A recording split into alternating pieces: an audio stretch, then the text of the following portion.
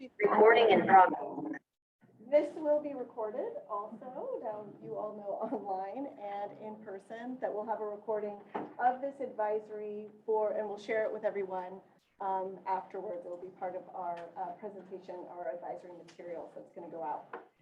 But we wanted to thank Diana Flores for the tour of Central Kitchen, Michael Friggum for letting them observe his class. Yeah, so welcome. We also wanted to thank Kelsey Netterveld, who helped us with the details of this location and our tech. On that note, we can change the slide. Whoever's Gustavo, are you working this? We're gonna do the housekeeping slide. These are some things we wanted you to keep in mind. If you are zooming in, keep your video camera on, that's optional, but please stay on mute. You can ask your questions in the chat. You can submit all questions that way, and we'll get to them as we can. We've got 2 people or 3 people monitoring our Zoom. And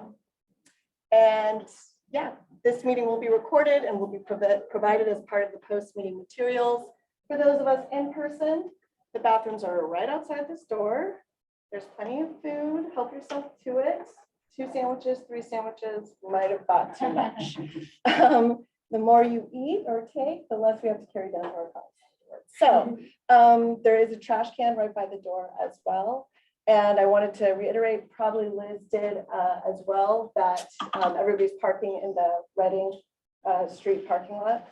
That's great. We don't want to park where the bus drivers are parked. So. And I think that was all I had to get in order here. So we can move to the next slide. So welcome. For those of you that don't know Valley Vision or me, I'm Hillary Tellison. I'm the Workforce Project Leader at Valley Vision.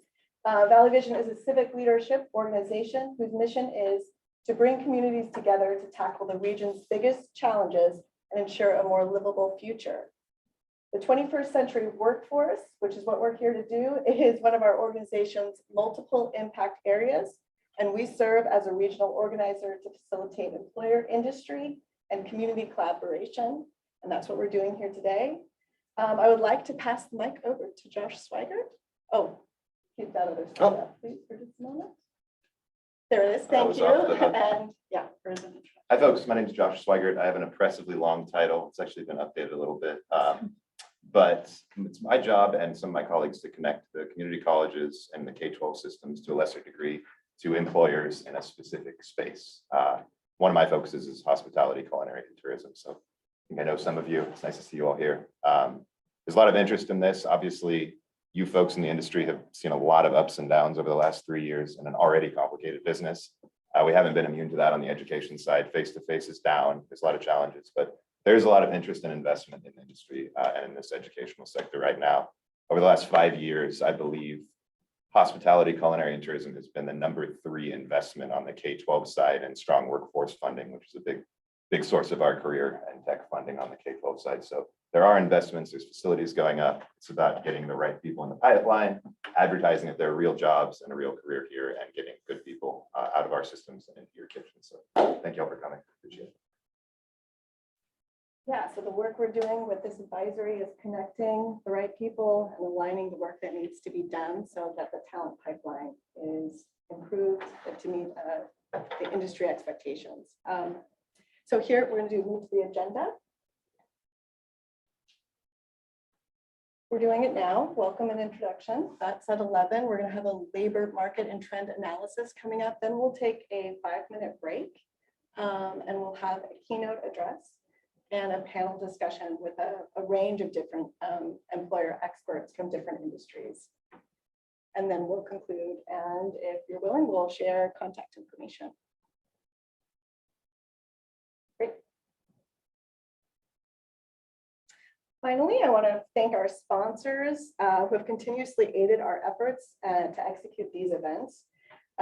We have Los Rios Community College, California Community Colleges Center of Excellence, Lake Tahoe Community College, Golden Sierra, YCCD, Workforce Development Board, SETA, Sierra College, Dearborn County's Workforce Investment Board, and the North Far North Regional Consortium. So a lot of agencies working together to bring this type of work. And I also want to thank our committee members. I'll probably thank them again, but can I go to the next slide? I'm just trying to remember if that's what's on the next slide. Oh, well, the next slide is going to be Aaron Wilcher, but we'll thank them again. But I really want to thank Michael Friggum, Dr. Shirzat, who's on the call from Sacramento State, and Josh Swigert, and again, Aaron Wilcher. Aaron Wilcher is here to share some labor market and trend analysis from the Far North Region Center of Excellence. Woo. Does it matter where I stand for the owl? No, No, it will find you. it will find me. Okay. I'm all knowing. Good afternoon. What time is it? It's good morning still. I'm really glad to be here and see some who's who of the restaurant world and others. I'm Aaron Wilcher. Our organization, the Center of Excellence, is a program of the California Community College's Chancellor's Office, Economic and Workforce Development Division. And our job is to provide research and data that helps to inform the colleges on their program investments. So I realize most of us are not data nerds. I'm sort of sometimes a part-time data nerd and other times asking a lot of kind of questions of our analysts about why we're doing what we do. I hope what I'm able to share today will provide a backdrop and some context for the discussion that will take place on the panel and with our keynote.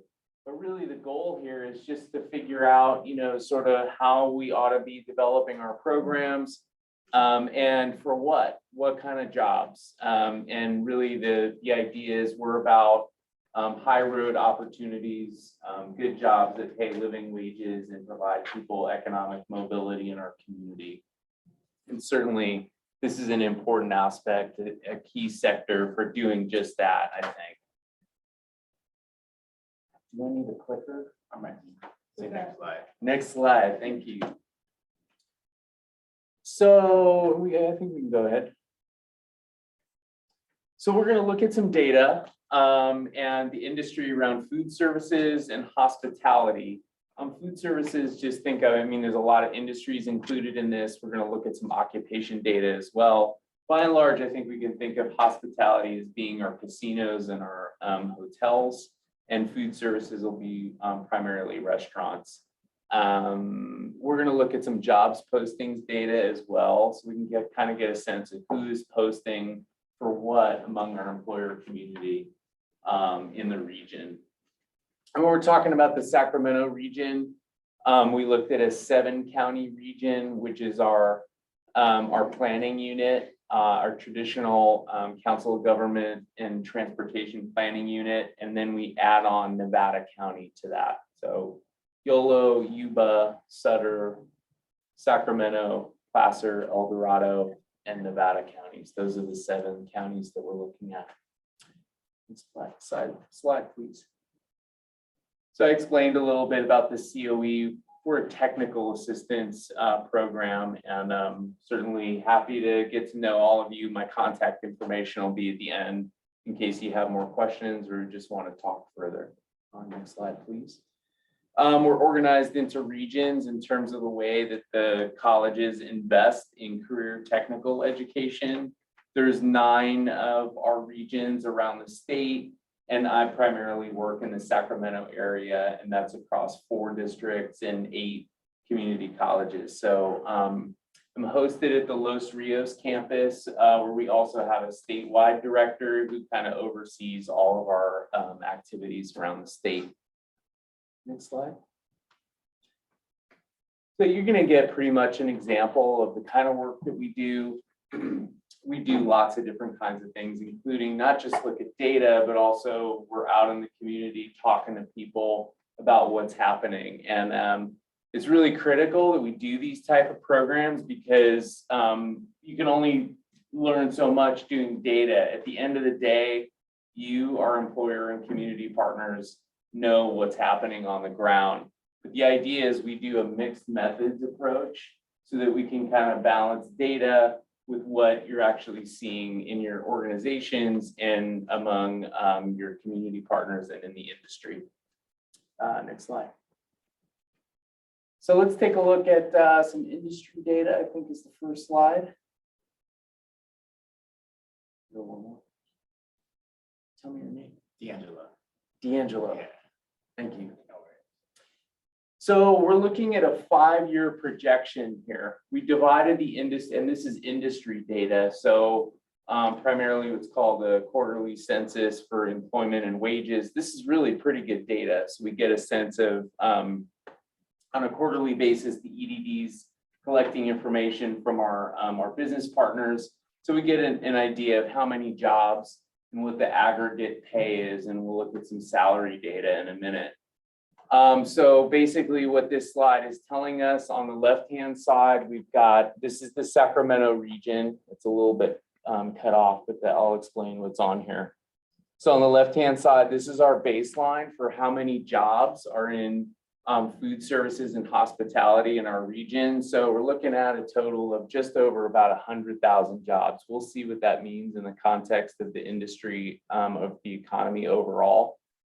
About a quarter of those are in food, hospitality, and then about 3/4 in food services. Oh no, we've got the legend there on the right. So you can see the split there for 2021. I did virtually this identical presentation in April of last year, and what I could tell you is the 5-year projection didn't look like this at all. So the fact that we've had this dramatic rebound in the industry is impacting how the projections look. And I can tell you right now, the projections are wrong. A lot of economic projections are, because it's based on historical data and then regression equations and stuff. But essentially this very optimistic projection, I think, is indicative of what we've seen in the last 12 to 24 months, which is this rapid rebound from post-pandemic activity. So a lot of hiring going on, and the industries have really recovered well. So you can see we're, projecting to add like 25,000 jobs in across these industries. Probably not that many. We're going to actually add. We'll see what that looks like in terms of percentages in a second, but optimism in terms of the data. Next slide. So what we're looking at here, this, I like to call it Neapolitan ice cream. I don't know if that's a great metaphor. It's just what comes to mind when I look at these stacked bar charts. And this is essentially the share of the total economy that's occupied by food services and hospitality, and then the rest of the economy. Normally, when we do this analysis, there's a higher share of these type of jobs in very urban areas. Not surprising, where we have convention centers and lots of restaurants and entertainment. We're going to see a higher percentage of the economy that's occupied by hospitality, tourism, and food services. And so on the right-hand side in California, you can see there's just a slightly higher share. So 10% of the California economy occupied by hospitality and food services, whereas in Sacramento, it's just 9%. But there's a lot of rural areas, and so it makes sense that the share would be a little lower. What's the bottom line behind that slide? These industries are super important to the economy because, right, almost 10% of all the jobs in the area is occupied by food services and restaurants. Okay, one more.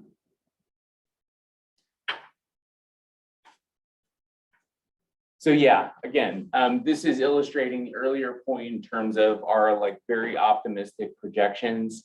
So the yellow column is Greater Sacramento region, the blue column is California. And what's the big story here? I mean, this is, if we saw this kind of growth, this would be amazing, right? In other words, the projection here is indicating that over 5 years, we would have growth in hospitality upwards of 30% in Sacramento region. Probably not going to happen, but again, this is being affected by this really dramatic uptick in employment that we've seen in the last 12 to 24 months. So super optimistic projections. Next slide. And these graphics come from, we release a quarterly economic update and track industries over time. The intention of this report, particularly in the context of the pandemic, was for us to track on key industries in our economy that on a what we call real-time basis. So that monthly data or quarterly data in the jobs postings. In this case, on the left-hand side, what we're looking at is a comparison of pre-pandemic employment levels up to December of 2022.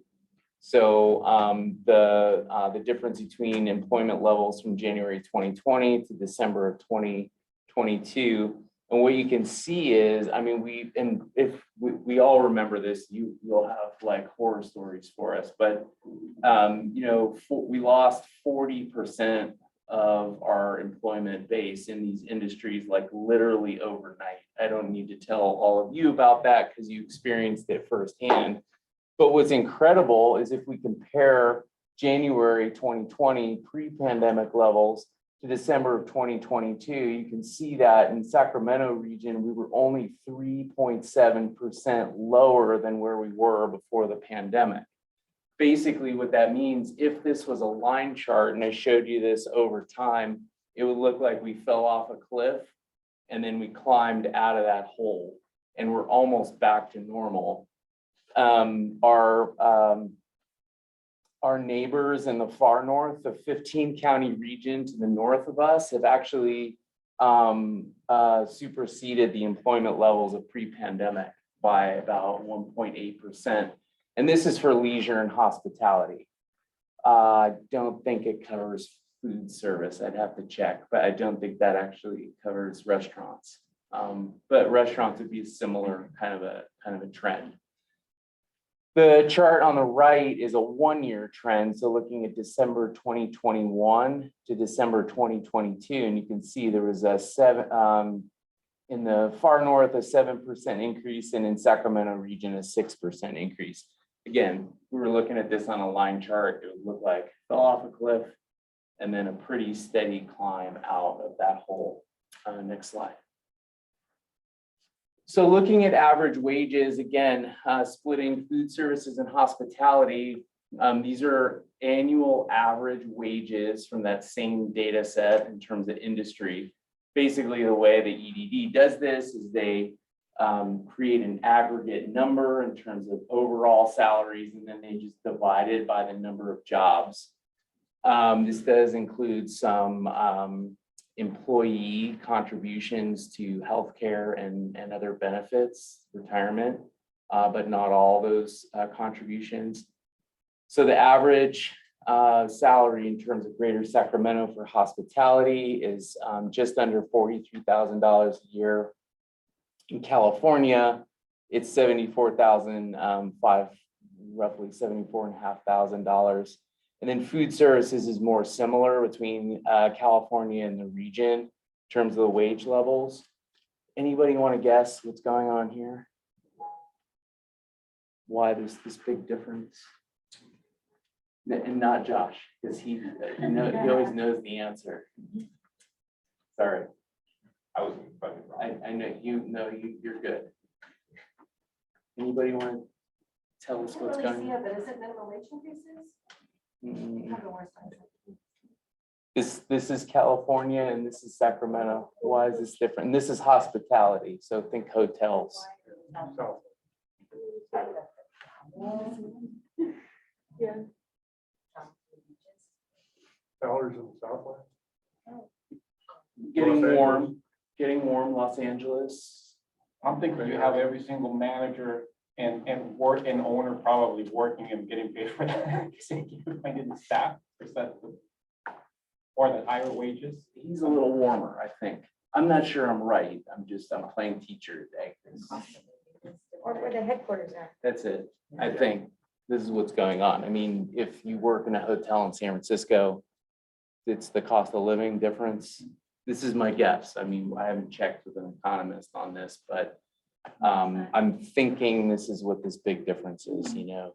What's a GM make at the Hyatt in downtown San Francisco as opposed to here? It might not be that different, but overall in aggregate, it's just, I think there's this big delta that's due to metro regions.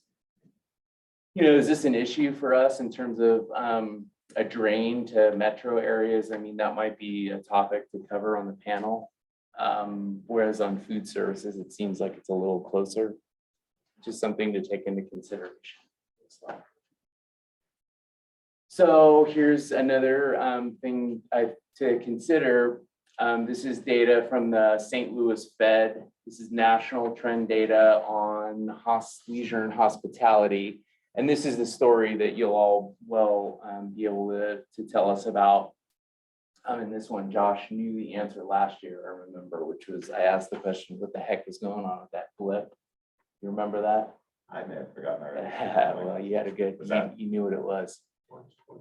So on the left-hand side, 2018, January 2018. On the far right side, it was March of 2023. This is national trend data, and we're just looking at average hourly wages. And you can see it starts to get pretty steep when things started to reopen, and there was all this trying to hire people back, right? So this is just reflective of the demand in the economy and the fact that people couldn't find people. So that means a wage increase, right? Just basic supply and demand. And Josh's point last year when I showed this slide, we updated this data, was this little blip was basically the folks who were left when they did all the layoffs were just being paid. It was all the managers, right? Again, I haven't talked to an economist on this, but you know, the community partners know best. Stimulus, yeah. So a lot of restaurants. Oh, With the stimulus, they had to give it to their employees. So these wage considerations are something we might cover in the panel and just talk further about, but just this is another kind of economic trend going on. Next slide. How am I doing on time, by the way? You're doing good. Am I doing good? Yeah. Okay. That's all 11:40.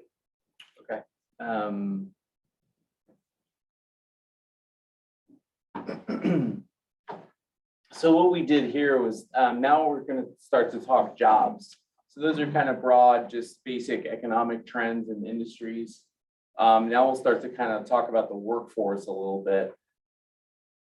This is occupation data, and basically what's going on here is we sort of divide up the workforce in terms of skill levels. So we'll often look at jobs in terms of the education and training requirements, right? We're here to talk about workforce development, education and training. And so sometimes it's helpful to have context regarding what the education requirements are and how that splits out in terms of what the industry outlook is. You know, this is an industry, according to the occupational data, that by and large doesn't require a ton of education, formal education, at least according to the data, right? So when we look at this, the entry-level occupations require little to no post-secondary education to occupy nearly 80% of the jobs in the industry. And this is hospitality. We're going to look at food services next. So we just sort of account for that. Middle skill are considered jobs that require some post-secondary education and training, up to a bachelor's degree, and then the above middle skill or bachelor's level positions, typically management in formal settings. You know, you all can tell me this is totally wrong, and nonetheless, this is some context and backdrop. We get wage ranges here in terms of average hourly wages, and then you could see some of the occupations that have the highest annual openings. There are projections in the occupation data that basically count turnover and growth.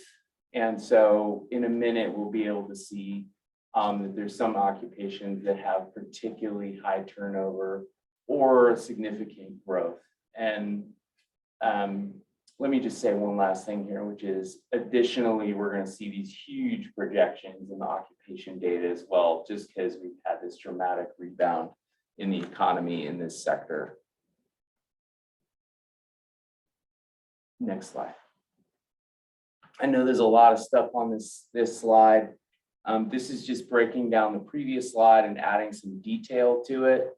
So you can see here on the left, there's the kind of skill level in terms of how each occupation is classified in terms of the education and training requirement, the number employed, and then the projections.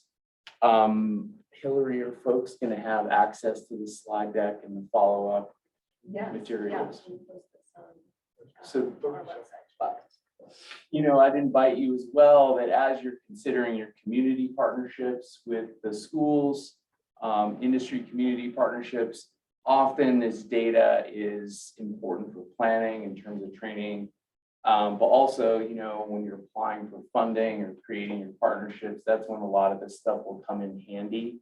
So even though there's a ton of stuff on here, I also hope it's helpful in terms of follow-up materials when, you know, again, you're filling out your grant applications or your strong workforce program or your Perkins,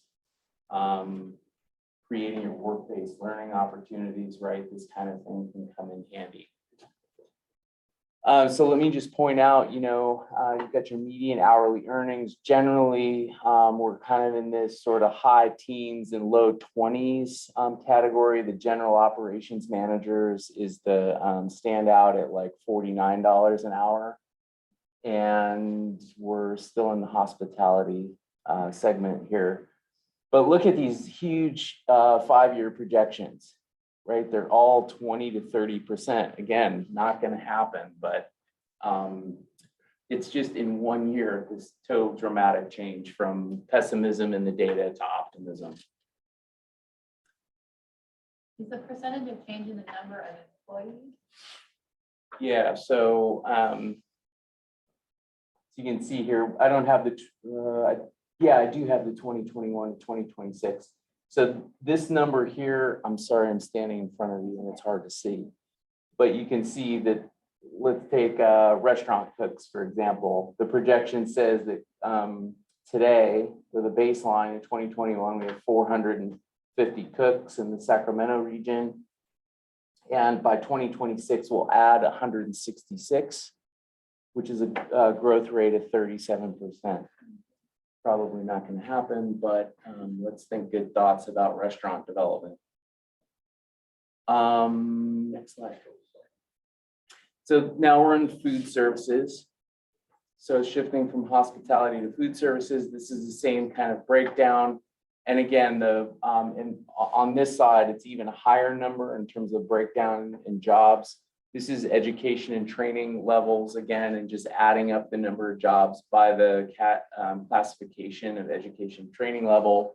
And then those occupations that have the highest number of annual openings. So chefs and head cooks, food services managers, and then first line supervisors of food prep and serving workers. So these middle skill occupations will tend to be ones we're going to highlight in terms of community colleges, partnerships, and the kinds of education training opportunities.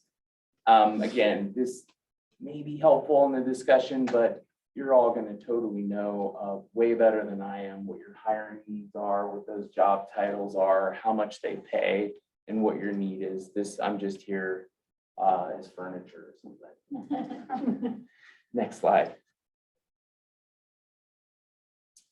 And on that note, I would just say, I mean, a lot of this is right. I'm in some ways a bureaucrat. I'm not a bureaucrat, but you know, this data really adds evidence and the formal aspects of being able to justify investments in these areas.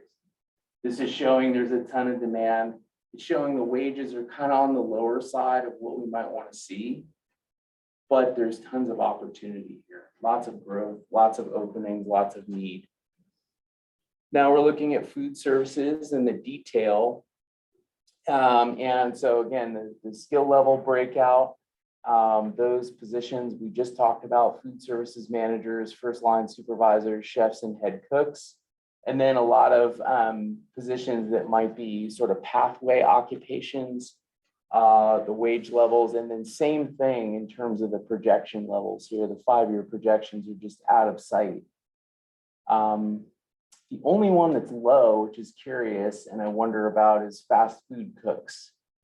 And in that case, I sort of wonder if there's an automation story there, or we're talking more about delivery services that are going to be made in big kitchens. I don't know what the backdrop is there, but that may be something else to talk about on the panel.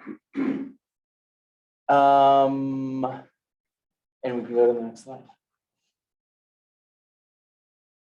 Jobs postings. So this data, and I just have a couple more slides. This one is a little bit more real world. This tool used to be called Burning Glass, and then a different company bought them, but basically it scrapes a whole panel of jobs postings boards. So Monster, Indeed, specialized industry jobs boards.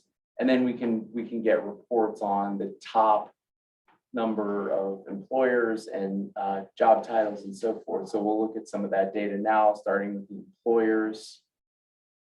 And next slide, please.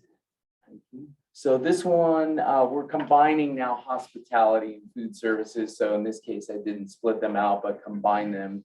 And you can see this is the top posting employers in the Sacramento region for the period between October and March, October 22 and March 23.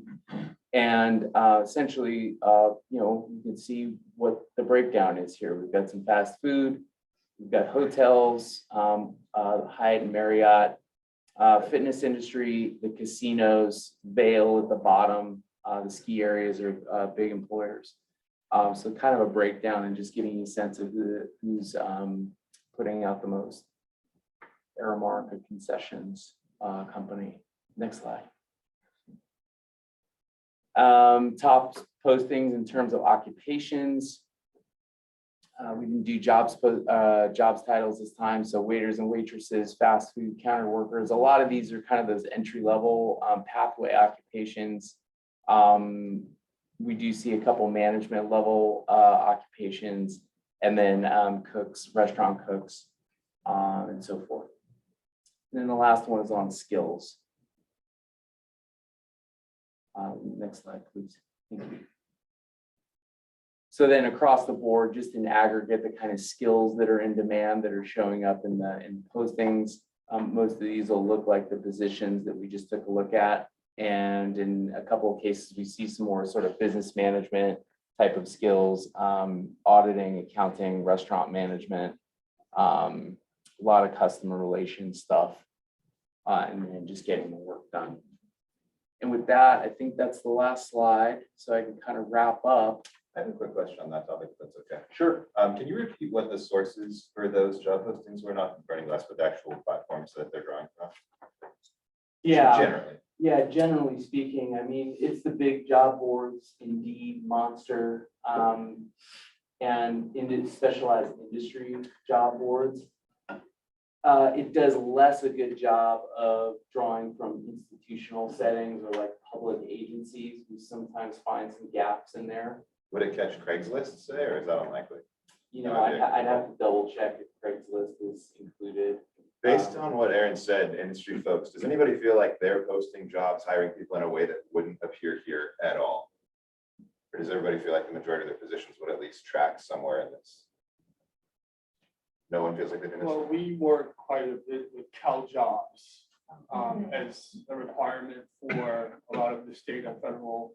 We owe a grant money, and I could already start seeing some discrepancies between this data and CalJobs in terms of, you know, employers and the industry trends. I mean, initially I thought this was something you pull from CalJobs labor market data, but when you mentioned that you got it from a different source and there's different, you know, numbers that I'm seeing, I literally pulled something like this last week from CalJobs. So I think there is quite a bit of discrepancy between the different data sources. Yeah, and just to make sure, just to clarify here, so just these last 3 slides that are coming from jobs post, the application that scrubs the jobs boards. The rest of this is an aggregate of government, typically government data collected by EDD and BLS. And it's just a different source. So just to make sure we have that distinction. But this is a good point. I mean, the jobs posting data is which way is the wind blowing kind of thing. EDD gets their data from CalJobs and BLS gets it from EDD. So I think that's pretty much where you see the discrepancy. I'm sorry, the first point. CalJobs is managed by EDD. So that's where they get all their data. Yes, but CalJobs is a jobs posting board, and the other data, the occupation data comes from a survey called the Occupational Employment Survey. And then the industry data that I showed comes from a product called the Quarterly Census for Employment and Wages. So we just need to be clear that we have different sort of verticals, different collection systems, each with its own strengths and weaknesses. Anybody else feel like they wouldn't show up on these, or those are platforms that they use? I'm just curious. On the small business side, and more of the fine dining restaurant, we use a lot of our own social media platforms to advertise for jobs. Like you said, Craigslist and things like Post and more industry specific job recruitment lines, and then a lot of word of mouth. Our jobs in the small business sector and more fine dining restaurants tend to be a little more specific to the skill level. While the numbers look accurate, I think that the specialized nature of line cooking in nicer restaurants is a little different, and it tend to be a little more word of mouth and a little more social media driven.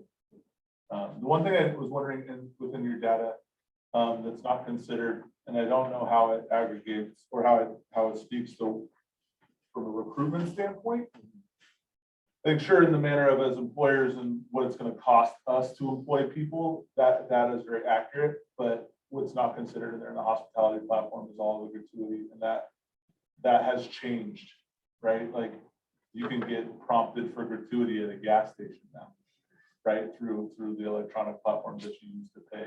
So the wage discrepancy has changed, right? So yes, while it costs our business $17.50 an hour to hire a line cook, or $14 or $15.50 here in Sacramento County to hire a bartender.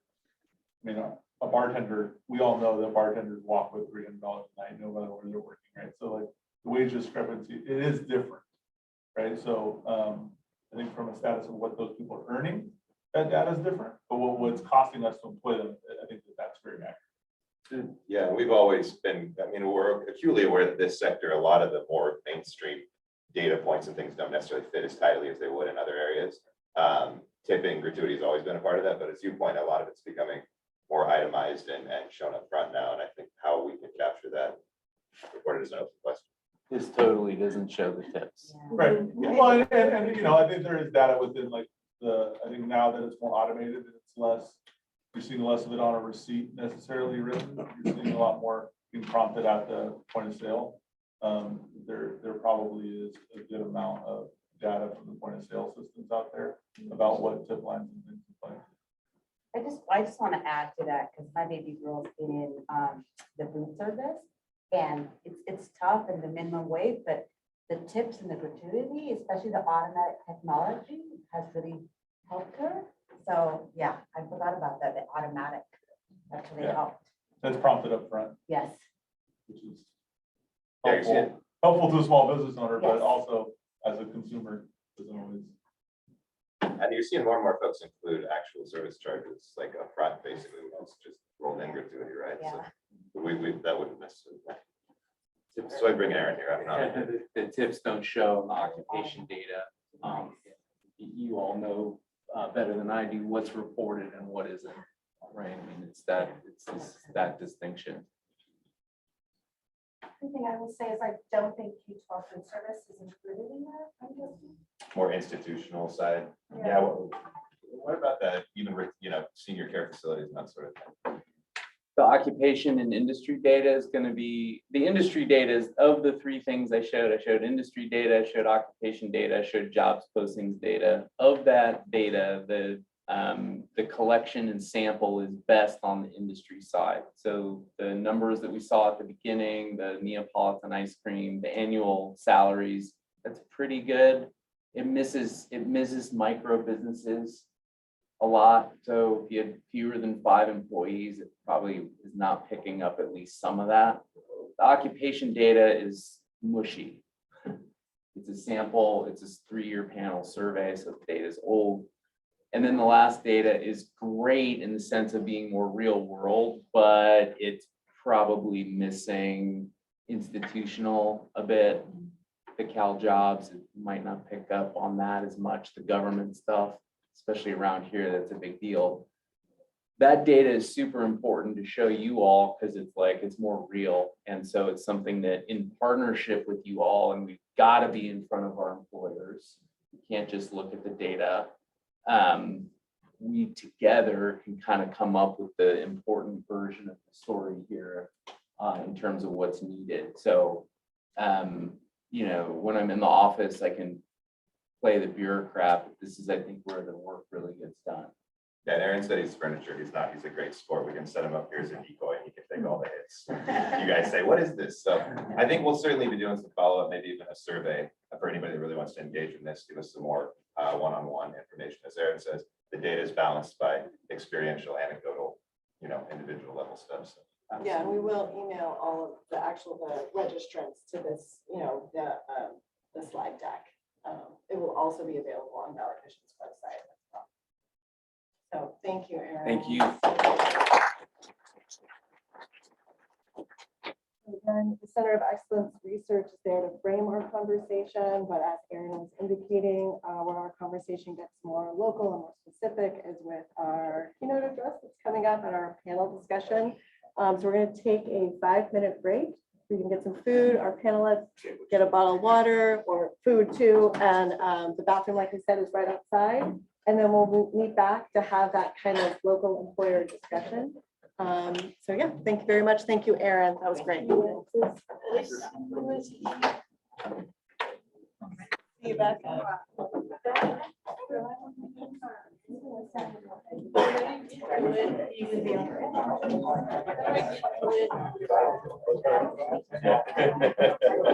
Just about.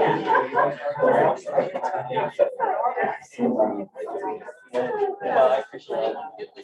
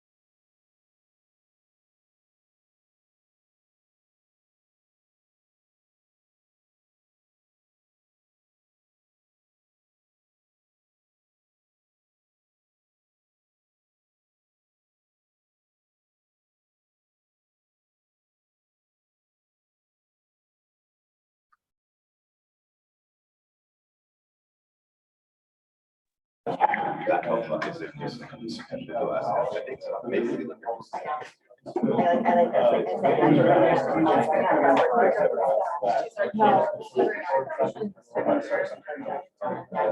Yeah, they're all super fresh.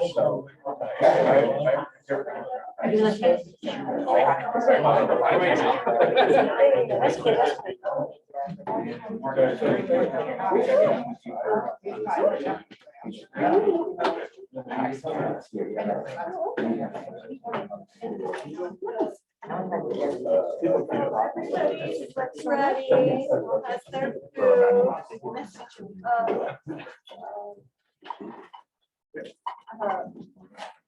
Yeah, I feel really bad. I just got a sandwich. I'm just eating, but I do have, anyhow, I want to thank you again for coming. Did we bring everybody back from Zoom? All right, good, excellent.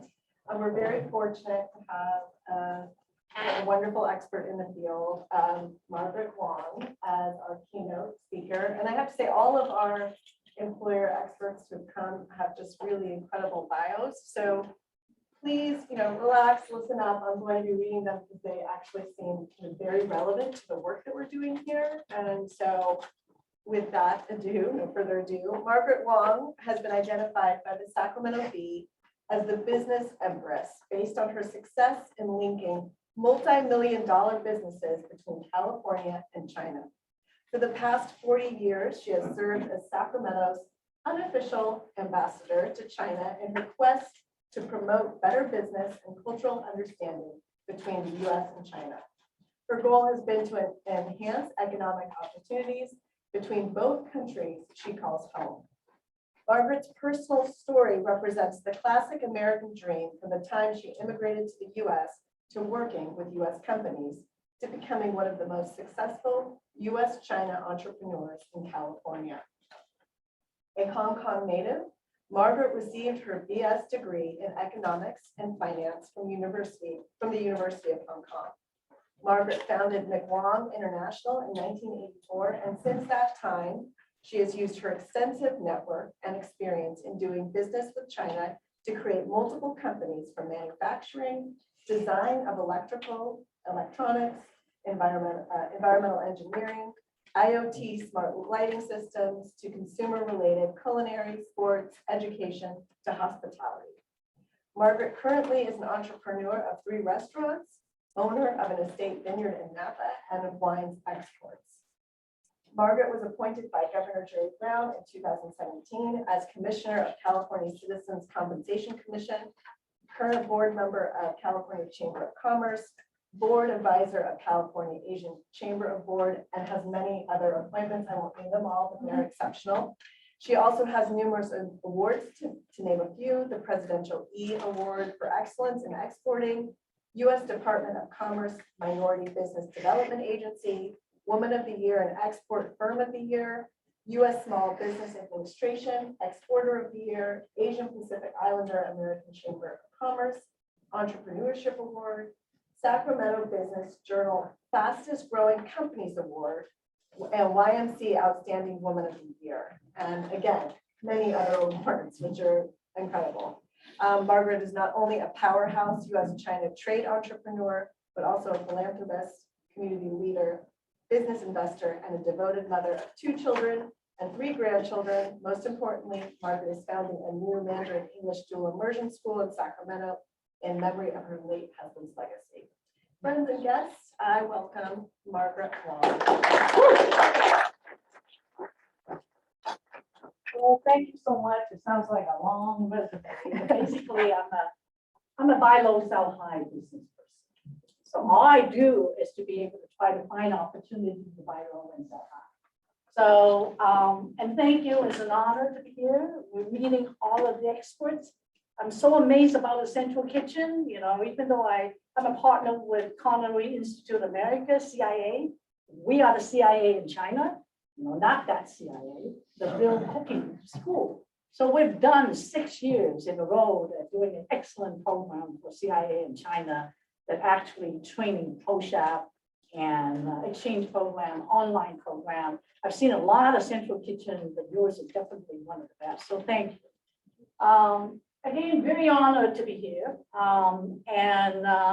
Just to give you a little bit of background of why I am talking about this topic of kind of preparing the next generation on hospitality and culinary and tourism in innovation and technology. Now, as always I am, people say, well, you don't want to talk about technology, but I am a big advocate of technology. And simply because I've been in manufacturing for the last 35 years, as Hillary was talking about, I was 35 years ago when I first doing business in China, and people were asking me, why would you do business in China?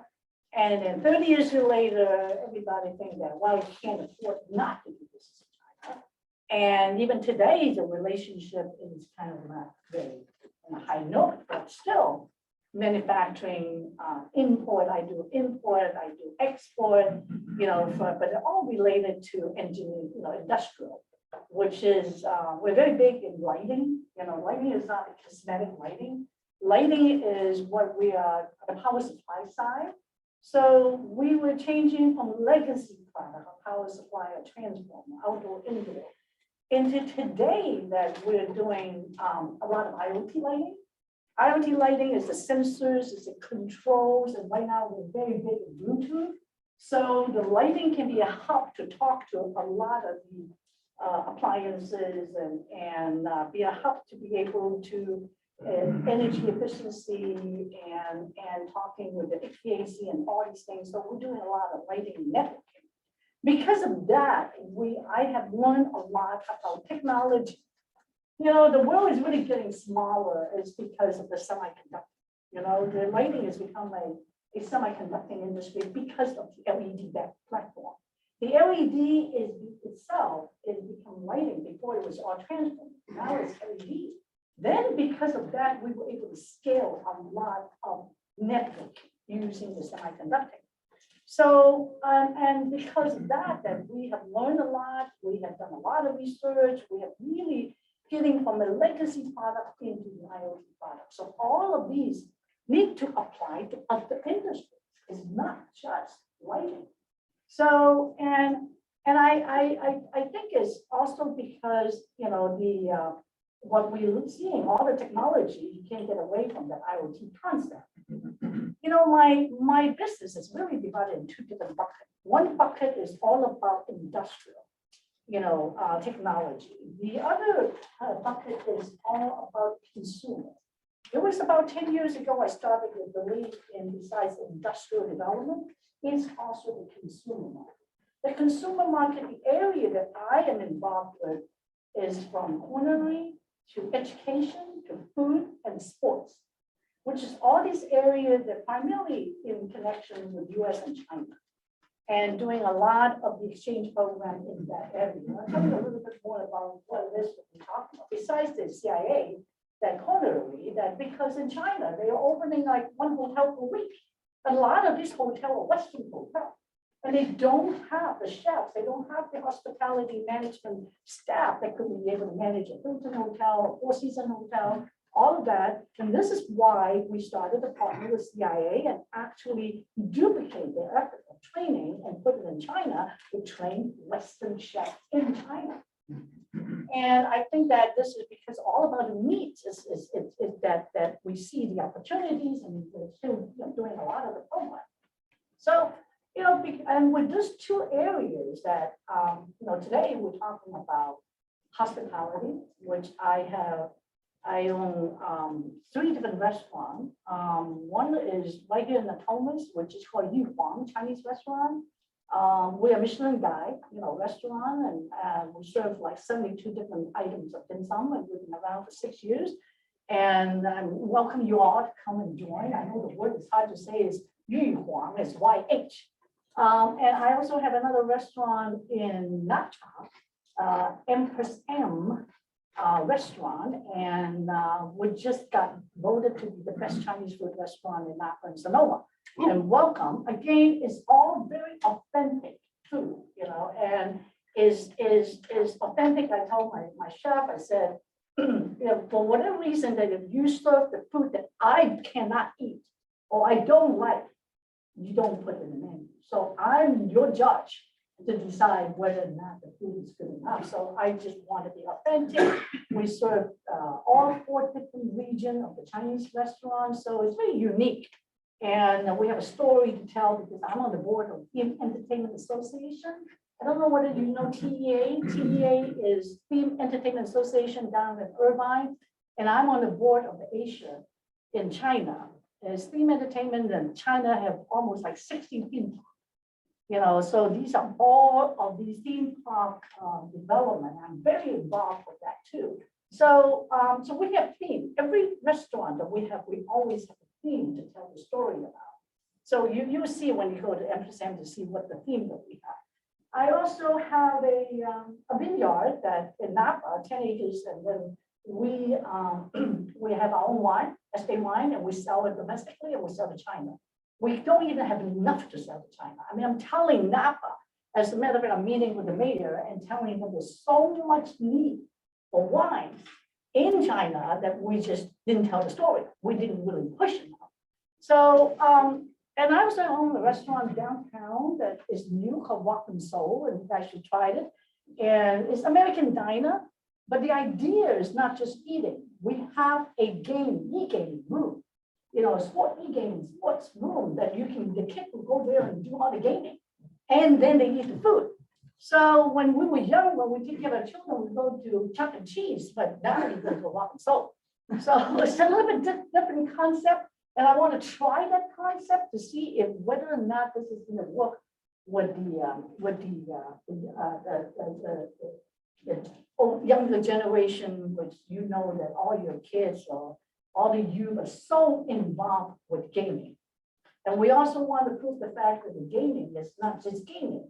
Gaming is also is a career, is a technology, is a lot of innovation in the gaming. So anyway, so my bucket is the business of all the manufacturing, industrial application, technology, and also for the consumer side.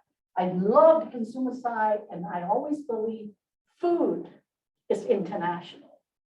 Food is diplomacy. I mean, when you sit down with all of these people, I don't care you're from Ukraine, from China, from wherever, when you sit down, when you eat with everybody loves you. So I believe in the food diplomacy. That's part of the reason I'm getting into food. And sports too.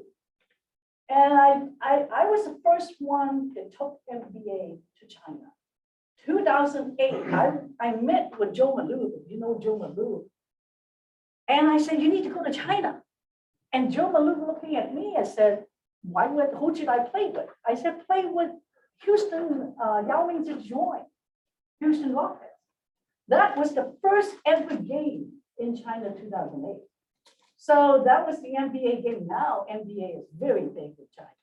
So I always believe that if you see some opportunities, if you could be able to cultivate that, it just is a tremendous opportunity. That's why I see gaming. E-gaming is going to be a great opportunity.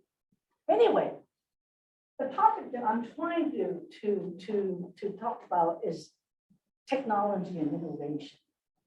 And I want to divide up into what hospitality and food and also in tourism.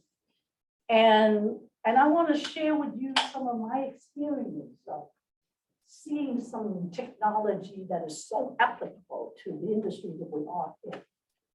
First of all, you hear all this word about, you know, AI, talk about IoT, metaverse, immersive, all of these words are really buzzing very fast. Just to check GPT, in the last 2 months, they have 100 million users sign up.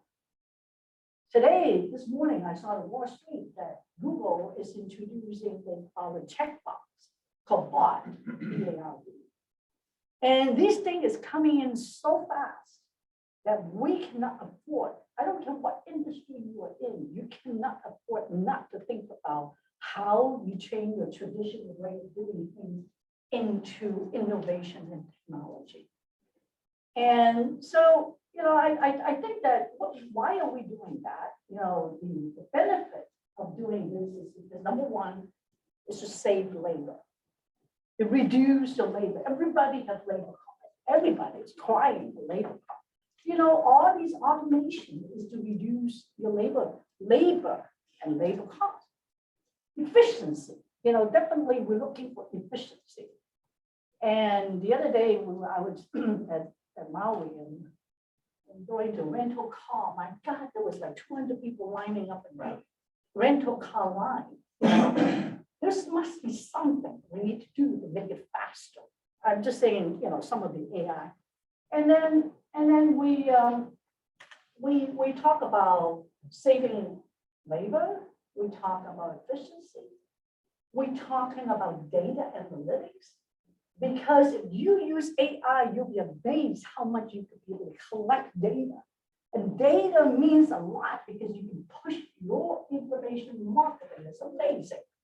So this is data analytics, all of these collection of data and use the data, put everything into your phone is amazing. And also the safety factor, the tracking. You know, so I don't need to be tracked, it's private, you know, but amazing tracking how you move the restaurant, who's moving, who's sitting. Even you go to the supermarket, they can track you. If I keep buying those tomatoes, if I keep buying those corn, they'll come back and they said they're on sale. They'll send it to you as a tomato is on sale. I'll just rush to the supermarket. So the reading of the profile to be able to save you a lot of time and energy is in works. This is not going to be the next decade. It's going to be the next year. And I've seen, you know, a lot of these things is moving forward so fast. Now let's go to hospitality. Hospitality, you know, when I was in China, I was amazed that I go to a restaurant that the robot, it's all served by robot. Those robots are amazingly efficient. Robots, you know, just carrying on the dishes and all these things. It's amazing. It's workable. I didn't see too much of a robot. I want to start a restaurant with having a robot and then see whether or not that would do it. And then I've seen the way that they order. You know, these days you order before you go to the restaurant, you order everything already. You go there, and everything is ready. And with some of these waiters, they know your profile, and then they could be able to come back and say, "Hey, Mrs. So-and-so, you know, I know you came such a day and you were so welcome. I know last time you ordered this thing, I wanted you." You know, this is the feedback I've seen actually in reality, that I've been seeing something like that. And some of these waiters wear a scanner on their ear. So when they saw you, they scan you, and then as soon as they see you, "Oh, Mrs. Smith, I know you." It's happening already. Now, this isn't a value. It's not necessarily, you know, something that you want, but it's a value to make yourself, your restaurant, your hotel, it becoming more sellable. You know, it's service. We want to combine technology and services is the reality. You know, how much you like the people and how much you're going to feed back. When you go to a convention, if you have a scanner, I'm very forgetful. I don't remember your name. A lot of times I said, "Well, you look very familiar." It's a Margaret. You told me 4 times that I look familiar. My name is so-and-so. So I can't wait to wear the scanner. So that I can remember your name, so that you make me feel like I am very welcoming too. So this can be applied to hospitality. There's one company, I don't know whether you heard of it, called Wonderful in the East Coast. They bought a lot of Mercedes truck. And then the reason I love because they call me about MCM in the restaurant, that they sign up with some top restaurant, Chinese food, Mexican food, and then they get the menu and then they cook it in front of your house. Say if I want to go to French Laundry, of course my laundry will not sign, but I'm just saying that if you want to go French, they deliver to your house, set it in your house, French Laundry menu. So, you know, this is all, and then you have an app that you could be able to select and order, and then right in front of your house, the Mercedes truck will come in, and then they have people who serve you the food. I thought this is pretty interesting, you know, like a DoorDash, but this is fine cuisine DoorDash is coming. Now, not to talk about delivery, the delivery of a game that I have seen that they would categorize and based on your medical record. Based on your medical diabetes, high blood pressure, whatever, they will create a manual based on your health record to deliver to your door. Again, it's an app, maybe today my sugar level is not high, maybe I could eat more chocolate or something like that. It's all in an app. And this is actually, I've seen that in China, in Singapore, possibly. I didn't see it in the United States yet. I would love to see this can happen. So, besides, as I say, going back to why are we doing that? We're saving labor, we're saving, increasing efficiency, data analytics, and tracking. And another thing is safety. Safety is always, a matter that we're looking because we're lighting. We actually can do an asset tracking. We have the software, lighting within the chip. We just bought investing in the lighting in the software company to be able to do tracing the asset of your hospital, asset of your restaurant, and so they actually can track it. So that you could be able to identify where to go, whether or not maybe a food item or whatever. So there's a lot of things that we could be very innovative in terms of the hospitality and the food industry. Tourism. Let me give you 2 more minutes. That's Okay, tourism is another area that I know a company in the Bay Area using AI to do immersive touring. Meaning that if you go to Italy, they could be able to make you feel like walk through or stay a few hours with all of these things immersive into an area and make you feel like you're going to Italy and eating Italian food. So that will be coming. A CIA Hopia, you see that there is a little chef that they have an immersive room like this. You sit down and then they have all kinds of projection. They serve you Turkish food and then the little petite chef will walk around and tell you what the Turkish food and all I think is about Turkey. And then they fly over to Italy and they have the food chef will tell you how to eat Italian food and Chinese food and so on and so on. So I'm just saying that all of these technologies is becoming so welcoming. And it's something that I really think that we all need to think about. That I'm excited about it, and I am already doing a lot of these things, but because we work with the software, we work with a lot of these tracking, it's automatically giving a lot of incentives to move forward. So, thank you so much. I wanted to give you a little time. Does anybody have any questions for Margaret? She's also going to be on the panel as well, but I wanted to give anybody who wanted to ask any kind of questions. We could maybe take 2 before we start the panel discussion. Any questions? No questions? Okay, well, can I invite our panelists to come up and join us? Thank you so much. Thank you, thank you, thank you, thank you.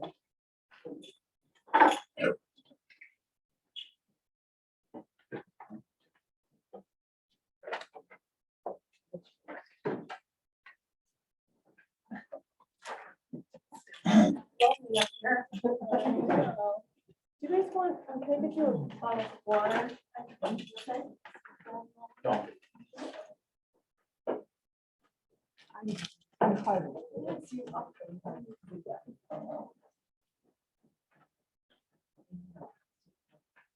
Excellent. Let me make sure I'm in my right spot here. Margaret, thank you so much for that keynote on innovation and technology in these industries. It gave me a lot to think about. I was very impressive, and you're right, it's really hard to imagine how you can stop that tide from coming. So yeah, so I appreciate that. Thank you. And I'm going to go through, like I said, I'm going to read over the panelists' bios first. And then we'll move on to our panel questions. So just hang tight. We've got some really amazing experts to introduce here. So as I mentioned earlier, Diana, you missed it. I did thank you for giving the tour and having us visit the central kitchen. But Diana Flores, the Executive Director of Nutrition Services, the central kitchen and distribution services for Sacramento City Unified. Yeah. After spending 20 years in the corporate restaurant sector as a general manager and regional manager of 47 units, Diana Flores transitioned to the school meal program at Sacramento City Unified in 2007. SCUSD has opened a vacant 50,000 square foot warehouse with a direct sourcing business model. Money saved buying directly are applied to the wages for new jobs for a scratch cook program in the newly built central kitchen. The central kitchen's mission is every student, regardless of income, deserves a freshly prepared meal while at school. Today, Diana recruits staff with backgrounds in distribution, procurement, and food service, including fast casual, Google Central Kitchen, casinos, and the university food systems. And she as well has developed a career path for upward mobility for the frontline team members who work for the nutrition services department within the district. SCUSD operates 80 schools and serves 40,000 meals per day, which I called my mom to tell. That was so impressive last night. And we have Joel Moore, Vice President of Hotel Operations for Thunder Valley Casino. During his time at Thunder Valley, Moore has played an integral role in the success of the AAA Four Diamond Resort. Moore manages 500 plus employees and oversees all operations for the property's front desk, bell services, hotel and casino valet transportation, the spa, gift shop, internal maintenance, and in-house laundry. Moore has over 45 years of experience in the hospitality industry, much of which he has spent in leadership positions for award-winning hotels and resorts throughout the world, including MGM Grand Follies, Las Vegas, Hyatt Hotel Corporation, New York City and Fort Worth, Texas, Four Seasons, Houston, Intercontinental Hotels, San Diego, Miami, and Seoul Mirage Resorts, Las Vegas, Adams Sparks Hotel, Jacksonville, Florida, and Wine Resorts, Las Vegas and Macau. Moore was born in Hammond, Indiana, and earned a degree in hospitality management from the University of Nevada, Las Vegas. In 1981, that was in 1981, his career in the hospitality industry began in high school, where he completed a work-study program at the Ramada Inn in Dolta, Illinois, as a desk clerk. Jody Franklin, she's at the end there, Executive Director of Tourism, El Dorado County Visitors Authority. With 15 years of success in the tourism industry, as well as 20 years as an entrepreneur, Jody has a proven track record in the dynamic landscape of destination marketing and leadership skills. Under her leadership, El Dorado County Visitors Authority has seen huge growth in both its marketing programs and community support. She has developed and implemented several collaborative programs, created and organized events designed to increase off-season room nights, and cultivated and maintained positive relationships with community leaders, industry partners, city and county officials. Juan Barajas holds a business degree from CSU Sacramento with a concentration in operations and strategic management. In his daytime job, Juan and wife Kristen own and operate Savory Cafe, a farm-to-fork restaurant in downtown Woodland from 2015 to the present. Savory Cafe has been woven into the fabric of downtown Woodland, California, and has extended its reach into the greater Sacramento region, representing the vast agricultural gifts that come from Yolo County. Juan is the current chapter president of Slow Food Yolo, a local nonprofit organization whose vision is that food represents a common language and universal right. Slow Food USA, the parent organization, envisions a world in which all people can eat food that is good for them, good for the people who grow it, and good for the planet. In essence, food that is good, clean, and fair. Juan is co-founder of Woodland's Dinner on Main, a nonprofit organization that focuses on locally sourced ingredients and has served as culinary lead amongst many chefs from Yolo County and the greater Sacramento region. It was Juan's dream to build a garden in downtown Woodland. Thus, Woodland's Edible Learning Garden came to fruition in 2018. Woodland's Edible Learning Garden serves as a gathering venue for many private and social functions, master gardener classes, K-12 outreach, and has hosted farm-to-fork dinners from restaurants in Yolo County. So glad to have you here. And Brad Checky is the executive director, the executive chief and partner of Canon, a dining destination in East Sacramento, offering unexpected dishes in an unpretentious setting. Since opening its doors 2 years ago, Cannon has earned several accolades, including a Michelin's Bib Gourmand, a 4-star review from the Sacramento Bee, and coverage in national outlets such as Travel and Leisure and Sunset Magazine. In 2022, Brad and Clay opened Franquette, a French cafe in the West Sacramento. Franquette opened to great fanfare and became a lightning rod for the burgeoning Bridge District. Previously, Checky was the chef de cuisine, then executive chef at Soul Bar, the 8-time Michelin star-winning restaurant set within Calistoga's luxurious Solage Resort and Spa. During his tenure, Soul Bar earned a Michelin star both in 2016 and 2017, and the prestigious Forbes 5-star award in 2017.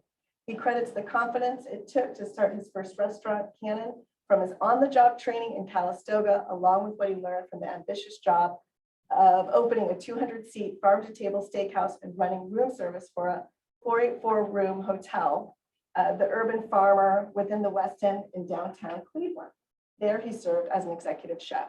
In 2020, during the pandemic, he, his business partner Clay Nutting, and Patrick Mulvaney founded Family Meal Sacramento, a philanthropic program focused on food insecurity. Family Meal is responsible for over 2 million meals served and growing to those in need in the Sacramento region. We also have Margaret Wong, who I already read her bio earlier today. And I'm just going to take a deep breath because that was a lot, but I really, I have to say that, well, now we got to find the channel.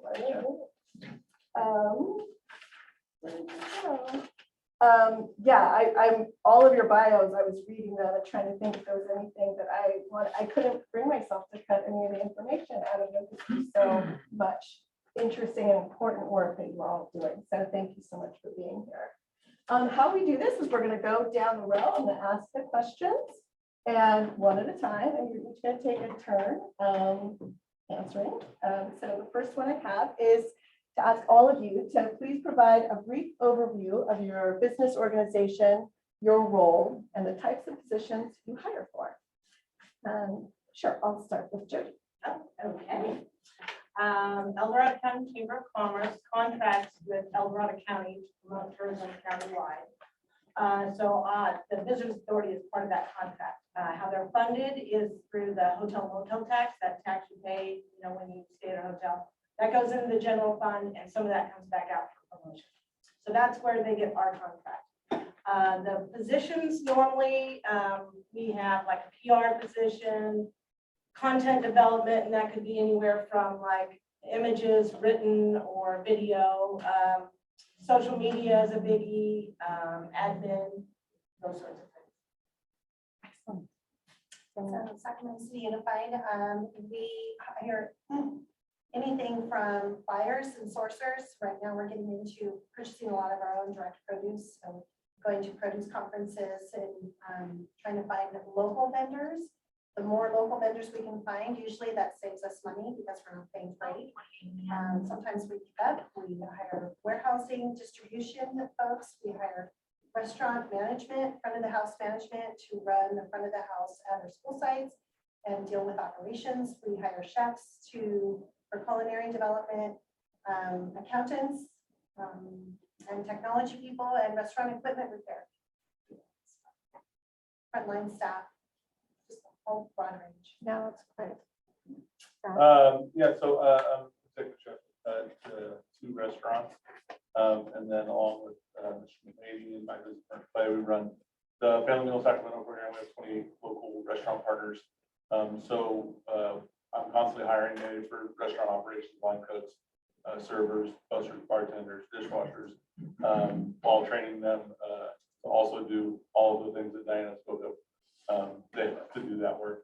And then along with our restaurant partners at Family Meal, just a really concerted effort in what the economic development of restaurants in our community looks like, and how we can streamline the process using technology and efficient hiring practices to help the restaurant community locally help to feed the world. Well, Well, McLong is president of McLong, as I described, is, we've been manufacturing electronics and electrical and also involved with restaurants and also vineyards. So we're constantly looking for engineers, you know, my business is really short of software engineer and a lot of these mechanical engineers. In the restaurant side, obviously, we always look at the same situation, but we're unique that we're looking for Chinese chef. And that is something that is always a headache. And we have done some international program, the sourcing in China and all that, but that is also, you know, something that we always need is good front of the house and back of the house chef. At Thunder Valley, we consider ourselves an entertainment and hospitality business, and we have 2,200 different positions within the organization. So there's a lot of opportunity for people. We like to think that we create careers for individuals because they can come in working as a valet and possibly become the hotel director. We've had instances like that. We've had a lot of internal promotions. So people can come there, and we have veterans now over 20 years with us that have started in these entry-level positions and have grown. So we think there's a lot of opportunity, and we're looking to partner, of course, with educators to help fill some of these gaps. Yeah, I hope we'll come back. Hopefully it's that same idea about promotion and lifelong careers and later questions, but yeah, thank you, Joel. Juan? I'm Barajas, Savory Cafe, Woodland, California. Have a small family restaurant located in downtown Woodland, and regular operation when it comes down to looking and hiring for different chefs for front of the house, for training trainers that can help us, mentors, consultants that can help us bring our restaurant to what we want to, what we would call raising the IQ of food in our area. Nutritionists, oftentimes we had a position vacant for a while for sustainability coordinator, and introducing the sustainability aspect back into our operation. Of course, had to scale down in a lot of different positions through the pandemic, but through the help with chefs Brad and Chef Mulvady, we were able to pivot and start feeding individuals, and we identified different ways that we could feed individuals with the food that we had. And we always look to relationships with different organizations and creating partnerships with the greater Sacramento region and nonprofit world that we like to operate to bring talent or younger individuals in our community to bring the opportunities and see the opportunities that we have available through the restaurant industry and through the hospitality, and that of course tourism and is involved as well. So any type of training or CPE courses that we stay involved with some of the schools throughout the region and including the rural communities within Yolo County are important for us to partner with in exploring those opportunities to create better individuals, and perhaps some of the opportunities that we did not have and see where that gap is and be able to fulfill that gap so we have better trained individuals when it comes to work for our establishments. Yeah, and it sounds like, I mean, what Margaret was saying earlier about how food is a great equalizer and you're bringing everyone together in your community in that Absolutely. way. Yeah, That's the conversation starts at that table, right? Yeah. Have the conversation on. Right.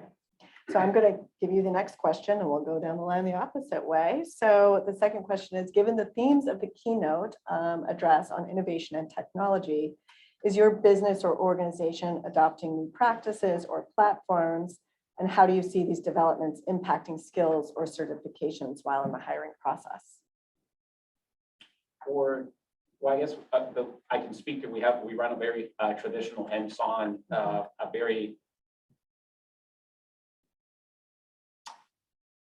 I guess simple is probably the word to best describe the recipes and the products that we like to feature in a restaurant. And we really like to have the ingredients speak for themselves when they come and they're prepared to the consumer, right? We like to utilize as minimum touches to some of the food that we're preparing in highlighting the flavor of the food and the dishes that we're preparing.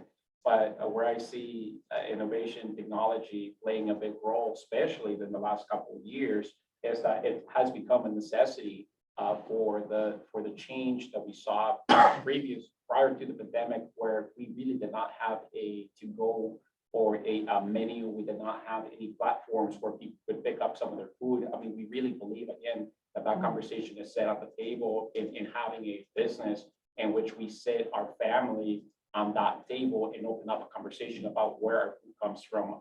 Why should we be educating individuals about food? And we have to actually bring services to be able to fulfill the need that at the time, in order to stay as a viable business, we had to incorporate online menus, platforms, develop ways that we can carry some of the food out, right? Be able to communicate with our customer when that food is ready. Make sure that you're able to press a button and directly connect them to that link. So that has proven to be helpful on our end for coming from that business as we didn't have it. And I'll be honest with you, we have to explore that after the pandemic for us. So during the pandemic, again, we were working with Family Meal Sacramento, and we were developing several different programs where that was not a need for us. It-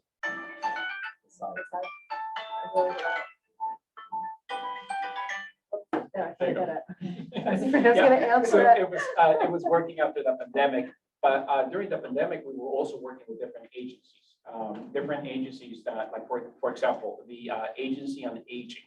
They saw the need for the community to have food that would actually heal individuals, and as we had seniors sheltering in place, they developed an app in which we could share and deliver meal. Remember, and at that particular time during the pandemic, we were going and sourcing our own food at the farmers markets, or receiving that local food directly from some of the different farms, preparing the food, packing boxes, and delivering the food. So we have a very small group that was able to provide that service, but it was a service that needed to be done, and we understood the importance of that. So the way that it really streamlined is that the Agency on Aging created an app in which we could visit the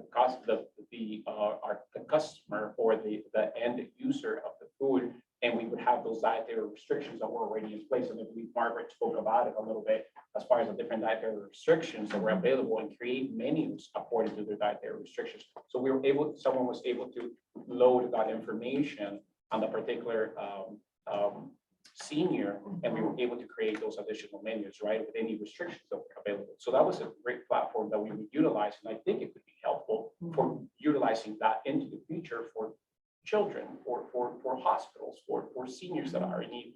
So adopting some of that technology that I think that we have seen that has worked in order to create menus that you're able to make any of those changes. I think we do see some of the technology that has come to us, and we have been able to better serve the community that we have because of the changes. When it comes down to bringing into our own roof, we have seen a shortage of labor. We are a little bit more in a rural, what you call more of a rural community, and it's a small town. So the labor pool is a lot less than we would find in larger cities like Sacramento. Although cities of Sacramento, you have a lot more restaurants, and there's a lot more competition, right? So it is definitely a skill set that has to be in an industry that we want to change. We want to change for the better. And if we look into the future, there's no reason that an engineer and a chef should not be making the same, and that wage gap, and also front of the house, back of the house, and finding those wage differences. We have been working to make sure that we have a stable and that we're able to get a profitable business. And I think that comes with technology and the different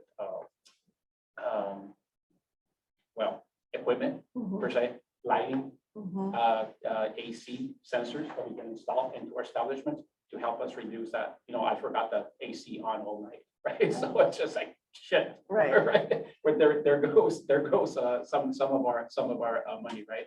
But setting that into place, that's where I do see. Although, and I apologize for the long-winded answer, I do see an opportunity for us, a small business, to scale in a larger scale and utilize. And we have seen that impressive operation that they run here at the Central Kitchen, and the output that can be achieved with the least amount. So with the output of food, of good food that can be can be achieved with the technology. And I think right across the street, we have a perfect example of that looks like. Yeah, that's great. Thank you. First, my apologies for the keys going off. No problem. It's interesting about technology is I find that hospitality in general is slow to adapt for technology. But we have over the years started to introduce it more in support systems in the back of the house. But as well as front of the house, introducing texting because people are more used to texting now and find that that's a way to ask for services and for us to be able to reply to them quickly. Additionally, we're introducing tablets into guest rooms to be able to give them a more easier experience and be able to access services. So I do see it coming, but we're pretty slow to adapt. Right. Well, I agree, it's hard to get the traditional restaurant to adapt, easy to talk about it, but hard to kind of change, transition. For my own turf, besides all the things I talk about, the two areas that I am looking into is number one is using science to come up with a plant-based food. The plant-based is something, first impossible food and beyond and all that. I think that we are actually working with a team of scientists or whatever that they are coming up with food that are good flavor, but plant-based but it's just like it's not just mimic the beef, but very nutrition in a way that is conveyed to the customer. The other area that I'm looking into is do catering. I am very believe in people are not coming to the restaurant, so you have to do more catering. So my staff is looking into building some kind of a portal that could be able to allow the choices and how we're going to deliver it, how we're going to customize it, especially in Napa. There's so much, who's and want to do this and that. So we try to be able to make that an app to customize it. So those are technology I'm looking at. Yeah, I would agree that hospitality is generally slow to adapt. But I'm also a proponent of the fact that we probably all go to restaurants to have interactions with people that work there and to feel served and seen, cleaned up after and to create a full hospitality experience. But where I think that there has been a lot of advancement in restaurants is with some of the cooking technology. We talked about like the rationale that they have at the central kitchen and those being used in small scale. Frankette, we have a small Iconic Pro there that's all electric. We run an all electric kitchen out of there, and there's currently some legislation coming down that probably will affect us not so much anymore, but in regards to using all electric. And then, like there are been a ton of advancement, I think forcefully through the pandemic and creating an experience that's non-interactive as well, to online ordering, using QR codes, things like that. But really identifying what the future of certain restaurant concepts looks like. When we talk about robots, there is a space for that. And I think that somebody's going to win at this, right? Somebody's going to figure this out. So being able to identify, we developed some technology during the pandemic that was initially used for antiquated point of sale systems built to optimize online ordering. And since evolved into a social media platform, a rewards-based program, and just really being able to identify what the consumer wants. We've seen a huge increase in things like ghost kitchens and delivery, and those are really good opportunities to maximize square footage and costs. But I think that it's, we're all in the business of hospitality, and I think that protecting the jobs of the people that are in it is great, but where you can find, in our AI conversation earlier, really, I think that we'll see a lot of some things in hospitality that are on the administrative end that we might see some more efficiencies in, whether it's how P&Ls are generated, how costs are being calculated, how the summaries and digesting of all of that information. So I know that a lot of the people, well, a lot of the educators in the room, I'm sure, do a great job of teaching the students how to cook and how to be in hospitality. The management of those members can oftentimes take just years of experience in the restaurant and hospitality community. So AI, I think, will play a huge role in how we digest the operations of our business in the future. And how that, you know, because we contract out for a lot of that for human resources and accounting. And those, they're pretty substantial costs within our business. And I feel like there is some software technology that's already existing that's pretty intuitive, but the AI component will change how we manage our back end stuff. That's great. Thank you. So when we launched the central kitchen next door and our warehousing, we needed to upgrade current, we call it data entree. We own our own software that we developed in 2007 with some developers. And it was great because you don't pay a $40,000 software fee every year, we actually own it. And for years, we would customize it more and more as we saw a need. We would have the developers put that quote about the job. We continually customize the software. When we were ready to upgrade to web-based platform, we interviewed 7 different software companies that focus more on school food with central kitchens. And not one of them fit our operations. Instead, we would have to change our operations to fit the software. And I wasn't willing to do that. So we looked for new developers and we are rewriting all the code for our old legacy software into a new platform. Right now, I think some of the goals with that are definitely efficiencies, handheld technology for all our drivers, just like Cisco distribution would have. But one of the things that is not out there anywhere is for special diets for students. We have students with all kinds of different special diets, medical diets we are required to accommodate, and we should. But it's up to that lead at that school site, recognizing that student when he comes to the line and having read his diet that someone in our office wrote, said, these are the items you can eat, these are the items you can't eat, here's some substitutions. What if that lead is out one day? That's always been my terrifying. We send somebody else there, or when they didn't recognize that student, all those kinds of things. And we're working at writing some code in there where we pull in the database of all the students into our software. We align all the ingredients for every recipe that we have, and it's triggered a little warning notice to the lead each day or whoever's running the kitchen. This student, this is what they can have. Today's menu, is it going to work? Something like that. So that's something we're really excited about working on. I don't know about AI. I think that's even another step further for us.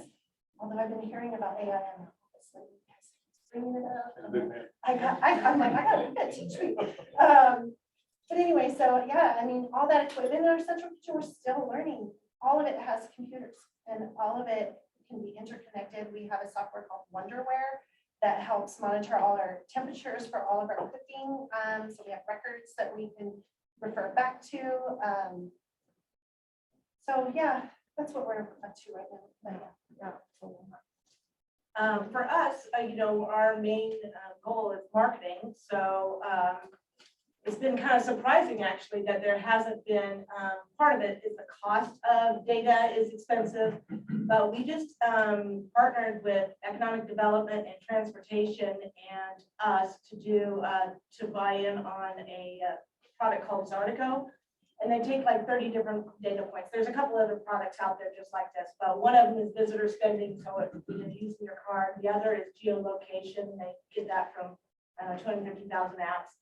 And the other is events. And that event layer is a layer that we haven't seen in the past. So all that together, then you put your marketing, and you know, they've got access to all our marketing, that sort of thing. It kind of really focuses, and it's made us be able to really target our customer, and you can draw a line around, let's say, the city of Placerville and say, your customer, you know, they spend, there's 8% of them that come to Reno, but they spend about 14% of what of the spending there. So really, you can start picking that stuff out. That's really exciting. We just had access to that this year, and we've got a couple of other programs that are pretty exciting on the technology side.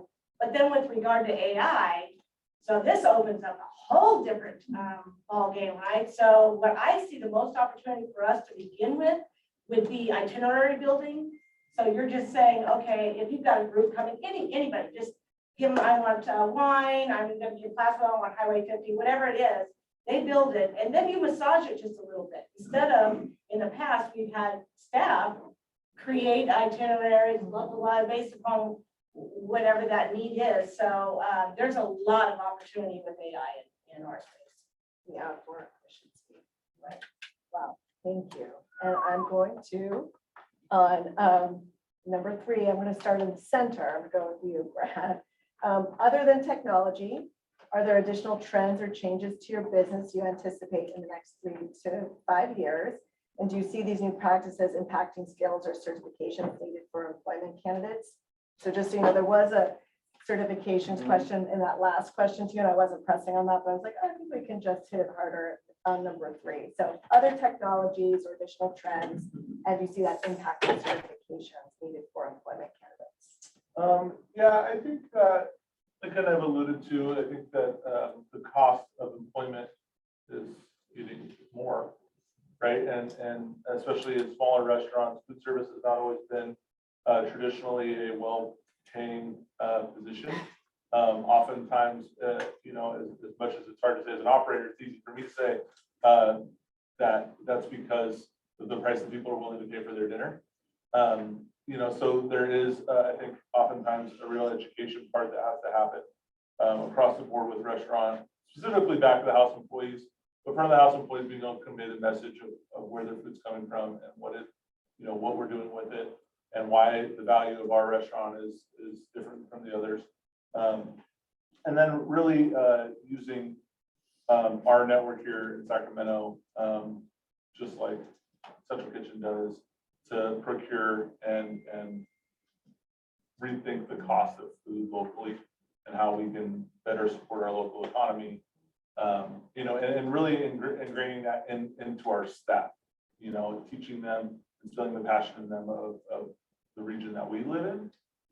You know, this may not be the answer for all places, but for our place, I think that we have a special opportunity here to create a food system that is semi-autonomous. And if we are able to convey that passion to the employees through training and education, that the future is a little bit brighter.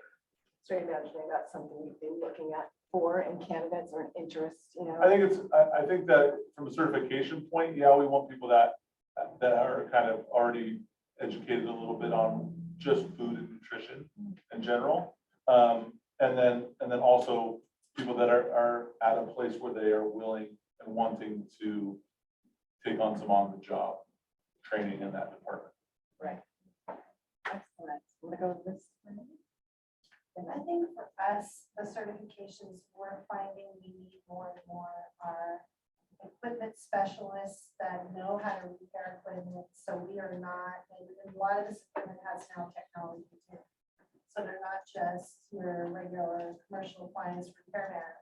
They now have to know more about the computer boards in these pieces of equipment. You know, being, for us, being self-sustainable, not having to rely on some outside entity to come and get us up and running again, because we still have the same number of students showing up tomorrow, like it never ends, right? So we can't be down. And that goes for technology too. I don't know how we have someone with a master's degree in computer science, I don't know how we do that. And we need him. I mean, there's just more and more coming that we call on him for. I was sharing during the tour. I mean, it sounds kind of low level, but we are doing YouTube videos for all of our recipes now on how to prepare the site. So we have consistency among 80 school sites. And I don't even know how we did it before like that. I mean, that's, everybody's looking at YouTube videos now on how to cook something on Facebook. And he edits it all, does it super quick, you know, speed through it. And I never even thought that that would be something our tech guy would be doing, but now he is. I think when you have a higher level skill set, it opens a whole opportunity of training and development that you never considered. And so for us, that's big. I mean, always need food safety certifications. You know, the skill sets we look for really are operators and food service, whether it be from casinos, from university sector or restaurants, all of them well for us, and even people that move up from within. So we continually train in our program. We have a training series that people sign up for, and it's really geared towards people that want to move up with us. Or looking for a career. That's great. Thank you. For us, I'm kind of on the trends. Since COVID, that kind of exacerbated this, but destination marketing has kind of turned into destination management. So, you know, we are now at the table, a lot more at the table with conversations about, because it affects visitor experience. So for instance, homelessness, you know, sustainability is a big topic. So we can be part of the solution rather than, and then we now measure through technology visitor sentiment and resident sentiment. We've always measured visitor sentiment. Now we're measuring resident sentiment. So then we know where the hotspots are. So moving into kind of the destination management, we find we're at a lot more meetings than we ever were in the past. As far as certifications, I don't know that there's a certification, but I would say there's a more broad opportunity for different people with different backgrounds to be in the tourism landscape now, just because, you know, like I said, sustainability, that's now we're not just marketing, now we're kind of embracing that. So I think that there's just a more broad opportunity there for skill sets. Right, well, it wasn't before, it's Right. transfer. Yeah, it used to just be marketing, now it's transformed into a bigger conversation. And Margaret, I'm gonna pass it to you. Do you want me to repeat the question? No, that's Okay. okay. I always have the idea when we talk classification that I'd like to see that maybe there's some employer, could be casino, could be, you know, a hotel that can do an adoption program with the colleges, community college, charter school, whatever, that they will say, hey, you know, I need 100 staff, whatever the level of staff, and then they work with the university, and the university and will be able to, you know, educate at the same time customize what the adoption, I call adoption, you know, the employee is looking for. And this is something that I think is win-win because then, you know, the employer may be funding some of the university, you know, tuition, but when they graduate, they sign a contract with you, you work there. So you always have a guaranteed supply. And I don't know what it is, the certification you talk about, they're being educated, they're trained, they're customized to your need.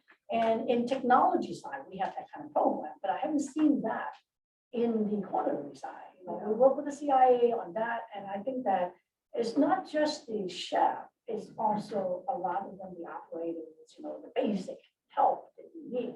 That's one area. The other area that I'm starting to be able to get into the central kitchen concept, because just like our dim sum, we serve so much dim sum, we have like 25 chefs, 25 people, not chefs.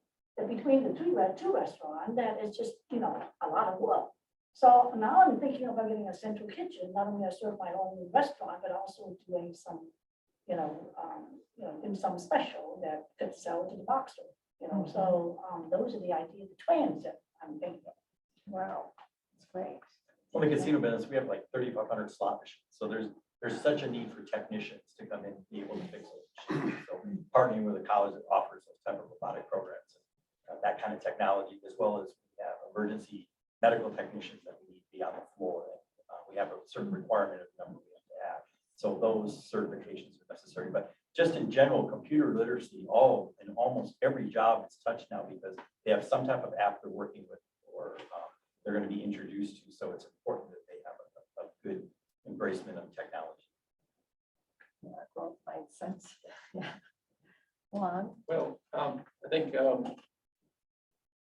from the restaurant sentiment, from the small family or family sentiment and out in smaller communities, rather seeing technology or without taking technology out of the equation, is we saw a big need during the pandemic of how going back to the old ways and reverting back to the old ways of cooking, living, sourcing from the land, sourcing locally, available to what you have within your area, and thus Sacramento, farmaceutical capital of America, was born, right?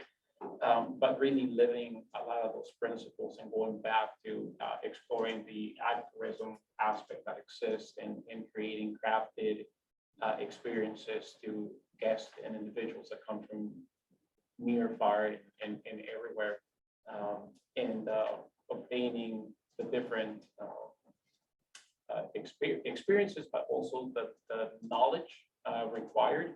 So introducing local courses, either at a high school or through your FFA programs, your green hand degrees, or anything that you do go through when you have some of your FFA 4-H programs are important to know, describe the seeds that are grown in the area, the plants that are grown in the area, the different types of teas or plants that are medicinal, and introducing that as a way, as a criteria for individuals to be able to learn and understand. Bless you. As certifications that can come down, the last thing that we need is just additional certifications, right?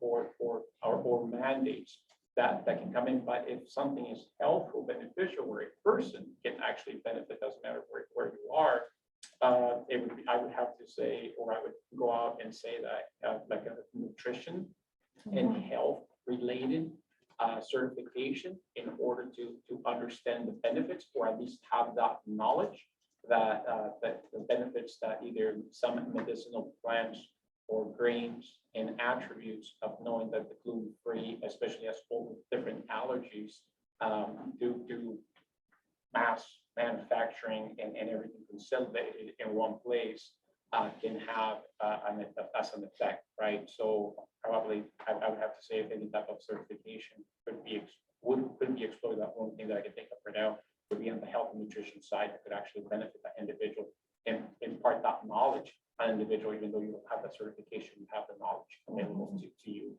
And then, like we saw earlier on just the Sacramento region, 10% of the individuals within the labor market would have the knowledge, right? So if you want to try to spread it a little bit faster, that's one way to do it. As individuals go and work in different disciplines, right? Or as they're building or working in an establishment or hospitality business, as they transition over to engineering and to other different fields, and then take that knowledge over to those fields that can be imparted otherwise. It's a way of trying to spread the fire a little bit faster. Right. Yeah. Okay, and kind of a holistic experience, understanding. Yes. I'm going to give you this question number four. Have you been able to develop and promote leadership candidates from entry and mid-level positions? Some people were talking about that earlier, but what specific skills do you look for and or train for supervisory positions? For our specific, we have a pretty, we really like to promote from within. We are big believers in promoting from within.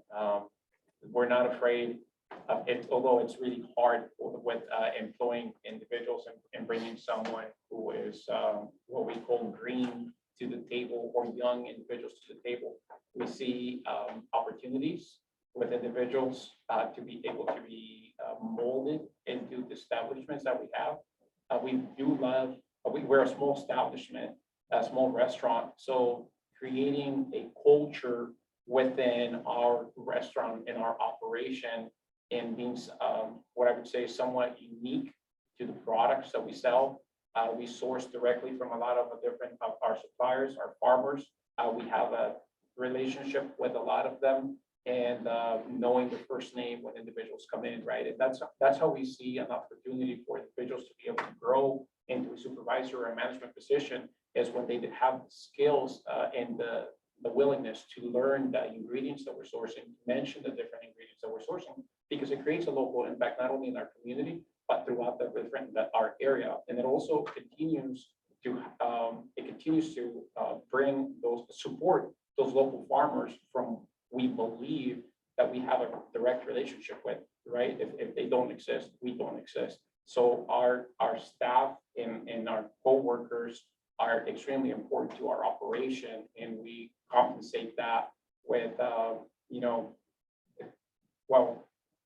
salary is always a great incentive, but we've shown on how you can upsell some product and go home with a little bit more in your pocket at the end of the day when you're promoting or adding value added ingredients from ingredients that we source locally or are made locally. Oftentimes, and a lot of times from small family farms or some small kitchens in the area from local sources and made from local ingredients.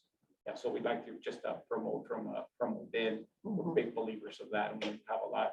I would like to say about 80% of our staff after we came back that we have hired from within.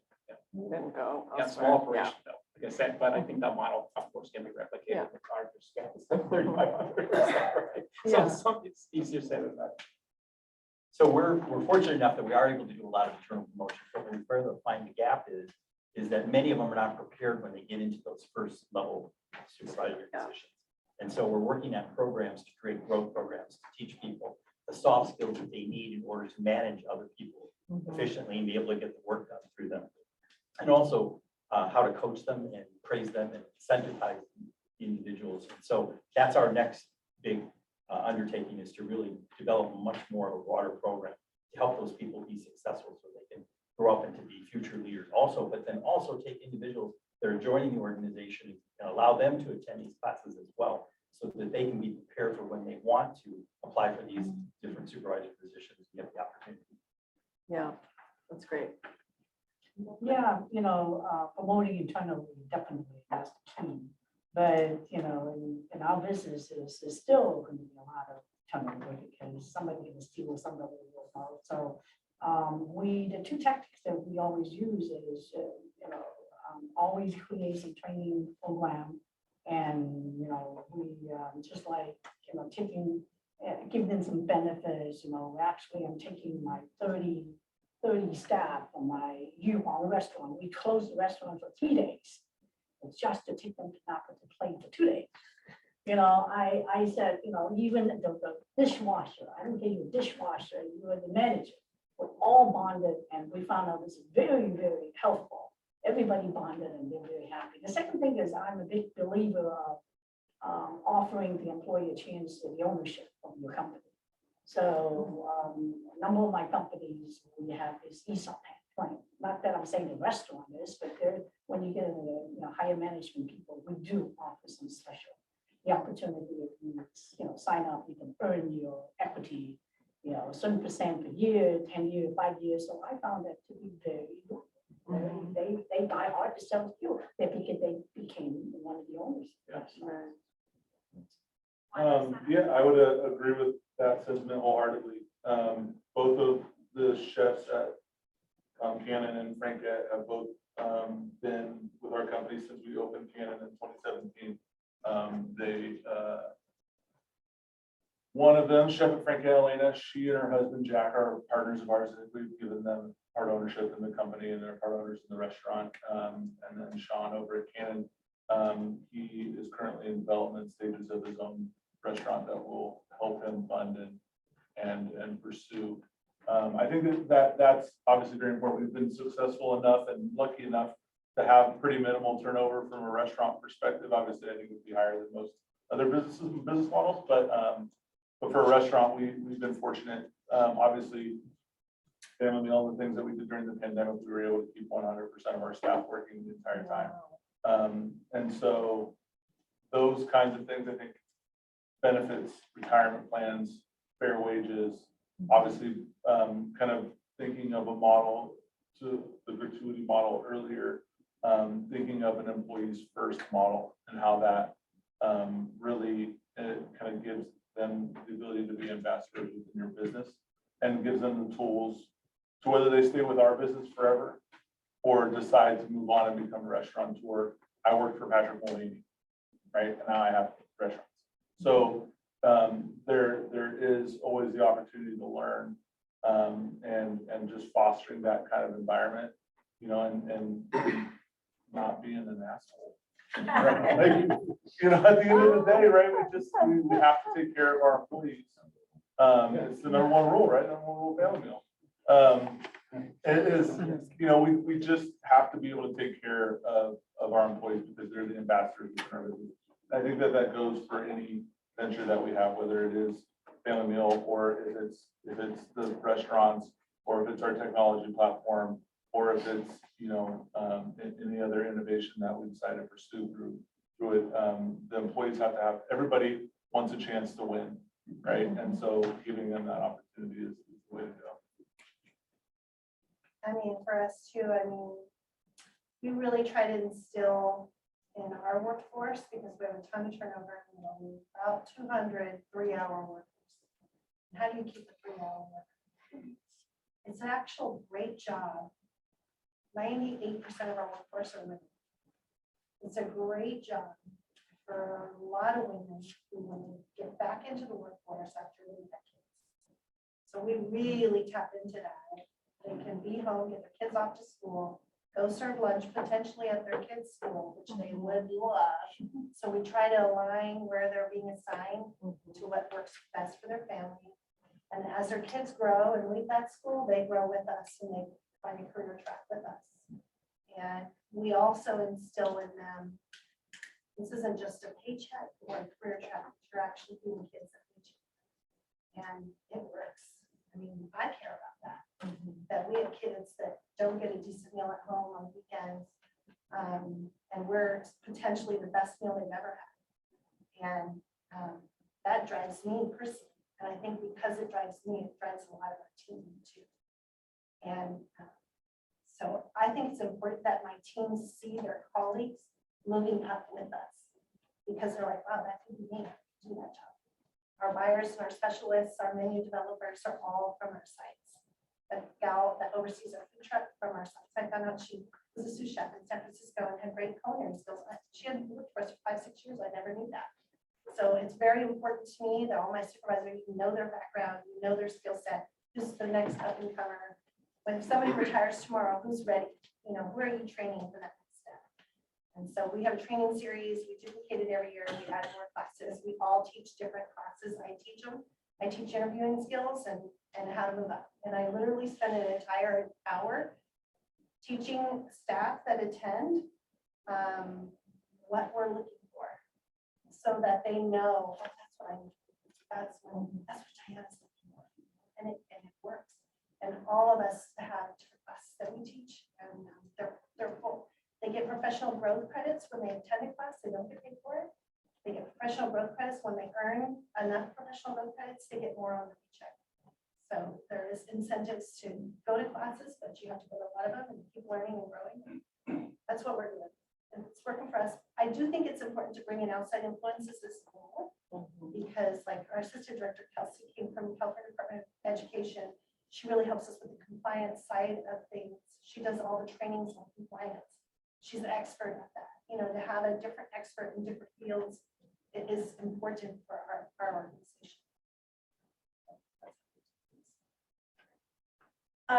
So we have a much smaller staff, but absolutely, I usually kind of determine their skill set at the entry level and see where they can excel and where they want to excel. And that usually doesn't take very long. I think that I kind of go back to old school. What I look for is attention to detail, organization. Do you work in a team? Can you meet a deadline? Those sorts of things. It's from the beginning of time. That's what a good employee is. That's what we need. And for me, those things are so valuable. I can pretty much teach the rest of it, but really having that basic is who usually lasts the longest. And then also professional development, I think is really important. That's great. Thank you. I'm realizing we're 15 minutes over. And so I want to just throw it out for maybe 2 questions for our panelists, and then because it's gone, this is my first time moderating a whole advisory on my own. So I need to work on my timing of things, but it's been so wonderful. But are there any questions that you have for our panelists? When it's kind of a buzzword nowadays, use local farmers, use local people. That's, really, I believe also. One question, we want to do the same thing in my district, but how do you certify your farmers' safety and security? Do you have a certification, or is there like Cisco has a certification? They guarantee it with $1 million policy against the. For us, they have to have $1 million liability policy. We do kind of just get to know a lot of our growers. We ask them, what kind of products do you use on your trees? We're not doing a lot of vegetables right now. We are dipping our toe into vegetables and they are going to be organic right now. But we are not asking for certification other than liability policy. Yeah, I know in the hospital systems that, UC Davis Med Center is a big sources a lot locally. And, through some of the work that we've done recently with the school district and the hospital and really buying into the institutional procurement angle of what we do here locally, I think that the liability insurance is a big one. But that being said, a lot of that foodborne illness stuff is going to come with obviously the training and stuff on staff at the site. Cisco will certify anything. Well, some of it is from, like leakage in the fields. You're probably talking about gas. But some of full outbreaks. Right. It's more that side of it that you're worried about. Have you had any of those issues? Have you had to, because that life insurance or that a liability insurance policy, that isn't what you think it is as far as how much your district is on the hook for that. If you have- That policy, most of our growers have the GAP policy, but a lot of the smaller growers, they don't have the resources to get approved for those types of things. But most of those smaller growers are the most organic of our growers. And again, for us, we really haven't dipped our toe into the vegetables, like the fruit trees and all that, gillable fruit. We've been comfortable and safe with the products we purchased, and we've been doing it for 15 years. The hard shell. fruit, Haven't had a problem. But like getting the lettuce and things like that. Right. I know from experience, I guess, I know that we're a little bit over, but from some of the local farms that we work with, there's a California Farm Academy that is now located in Woodland. They're teaching the different safety aspects of how to go to market with product to both institutions and small restaurants like ourselves. So having the manpower in the safety component built into a classroom when they're teaching and growing the next generation of farmers. And I talked about the Center for Land-Based Learning, which holds a training academy in Woodland. Those are great locations and organizations that can provide that, not only the safety component, but if you start thinking about perhaps moving more into when it comes down to the organic certifications of products and some of the small family farms, like we were blessed to have up in the Kipe Valley and in the Yolo County, is certification for oftentimes for some of the organic farmers are 3 to 4, 5 times even more than some conventional farms. And you will find a lot less issues happening in small farms that are controlled. The product is not being aggregated. So you have a lot more control what is happening in that particular farmer, and able to track some of the items that are happening, right? A lot of the farmers are right, are there oftentimes by being by the farmer itself, right? Rather than 1,000 acres of land where something can happen with leaks, with a sewer break, with a water issue. Yes, and that's correct. And I can what I can say about that is as we try to, same as Ms. Margaret mentioned, we close our operation and we take our staff to know the farms and to know the individuals that own those farms and ranchers and some of the olive oil producers and wine producers that we have in our area.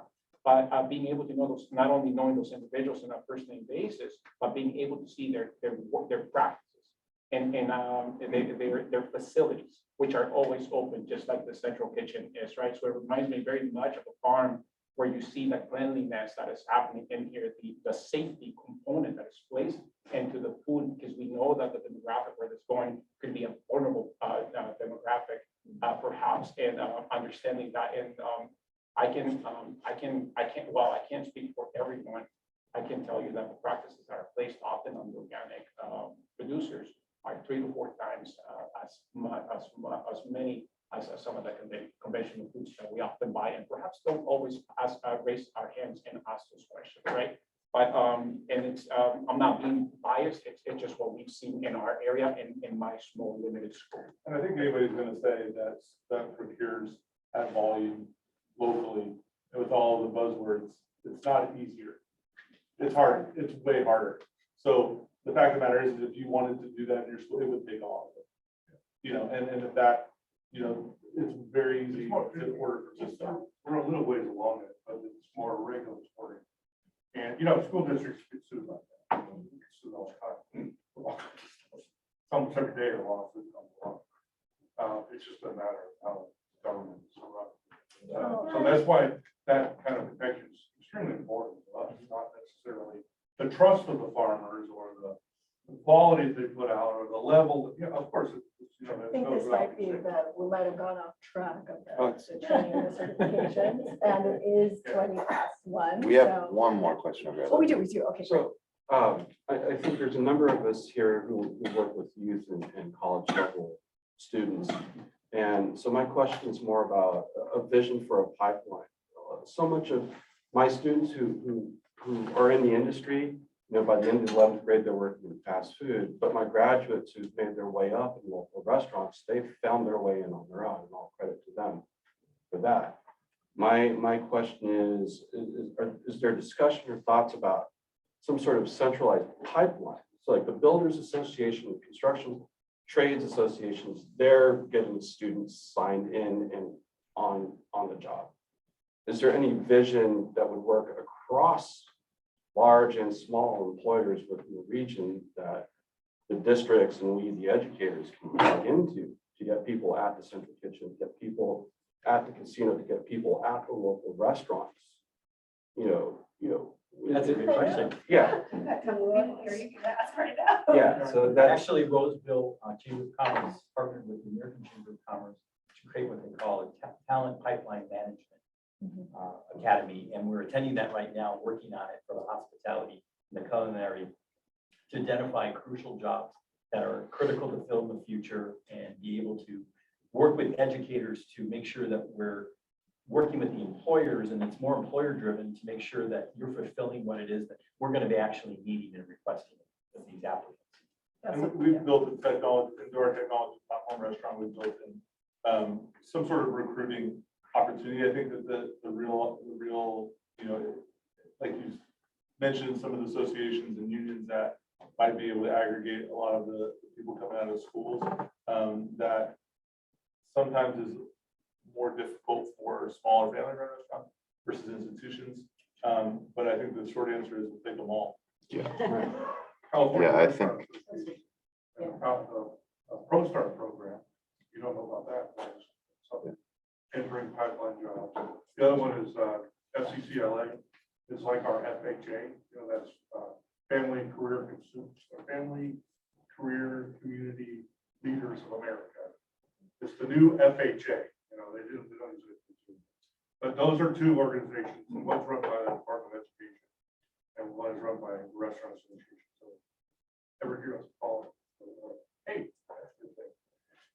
Yeah, I think ultimately the industry is looking on us to provide the pipelines more so than there's a constant discussion of chasing incumbent workers and providing training to your workers, but we're ultimately all looking for people, and people have limited attention and limited capacity. So for my money, us being more nimble and looking at adult ed populations, maybe recently released folks, and then raising the perception of the industry among K-12, because the sad fact is that a lot of parents don't have a lot of interest in their kids going into this industry. So how do we rebrand that? How do we sell these careers, gatherings like these today? And spreading the I'll word tell like you that. from a ground perspective as a high school culinary educator, the perception of jobs in hospitality by the students is very low. Yep. A low, like pre-pandemic, took it into the toilet. Nobody really wants to go into hospitality. They think it's a low paying, low life job that I don't get college for. You know, I gotta go to college. Parents say Don't college. encourage them. And I don't encourage that. Totally joke. No, I push that hard. Yeah, and getting motivated people like It's a this. great job. There are motivated people like this in the industry side that are willing to come speak. A PR plea to the younger generation, who want to get that. We would love to come out. Yeah, and there's exactly. A number of people that would like to We're come gonna out. have fit day, it's called youth course and training. It's gonna be coming up. I'll reach out to you guys. It's through California Restaurants. I've been in a lot of these rooms and I know these folks are eager to get in front of students. Yeah. Absolutely. We'll do it. You don't mind coming up? Absolutely. Well, on that note, thank you all. Let's have a hand for our panelists. We have one more slide, I think, just thanking the committee one more time. So thank you, everyone, and thanks to everyone on the call, or on the Zoom call. And we will be following up with, a contact list, not with anybody's contact information, but just who is here and where from. And then the slide deck, and again, we'll have the video up on our website and some reporting notes within 30 days. Thank you so much. Thank you all.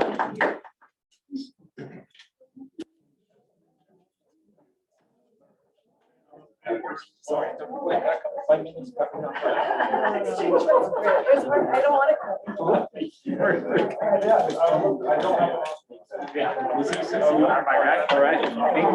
Thank you for having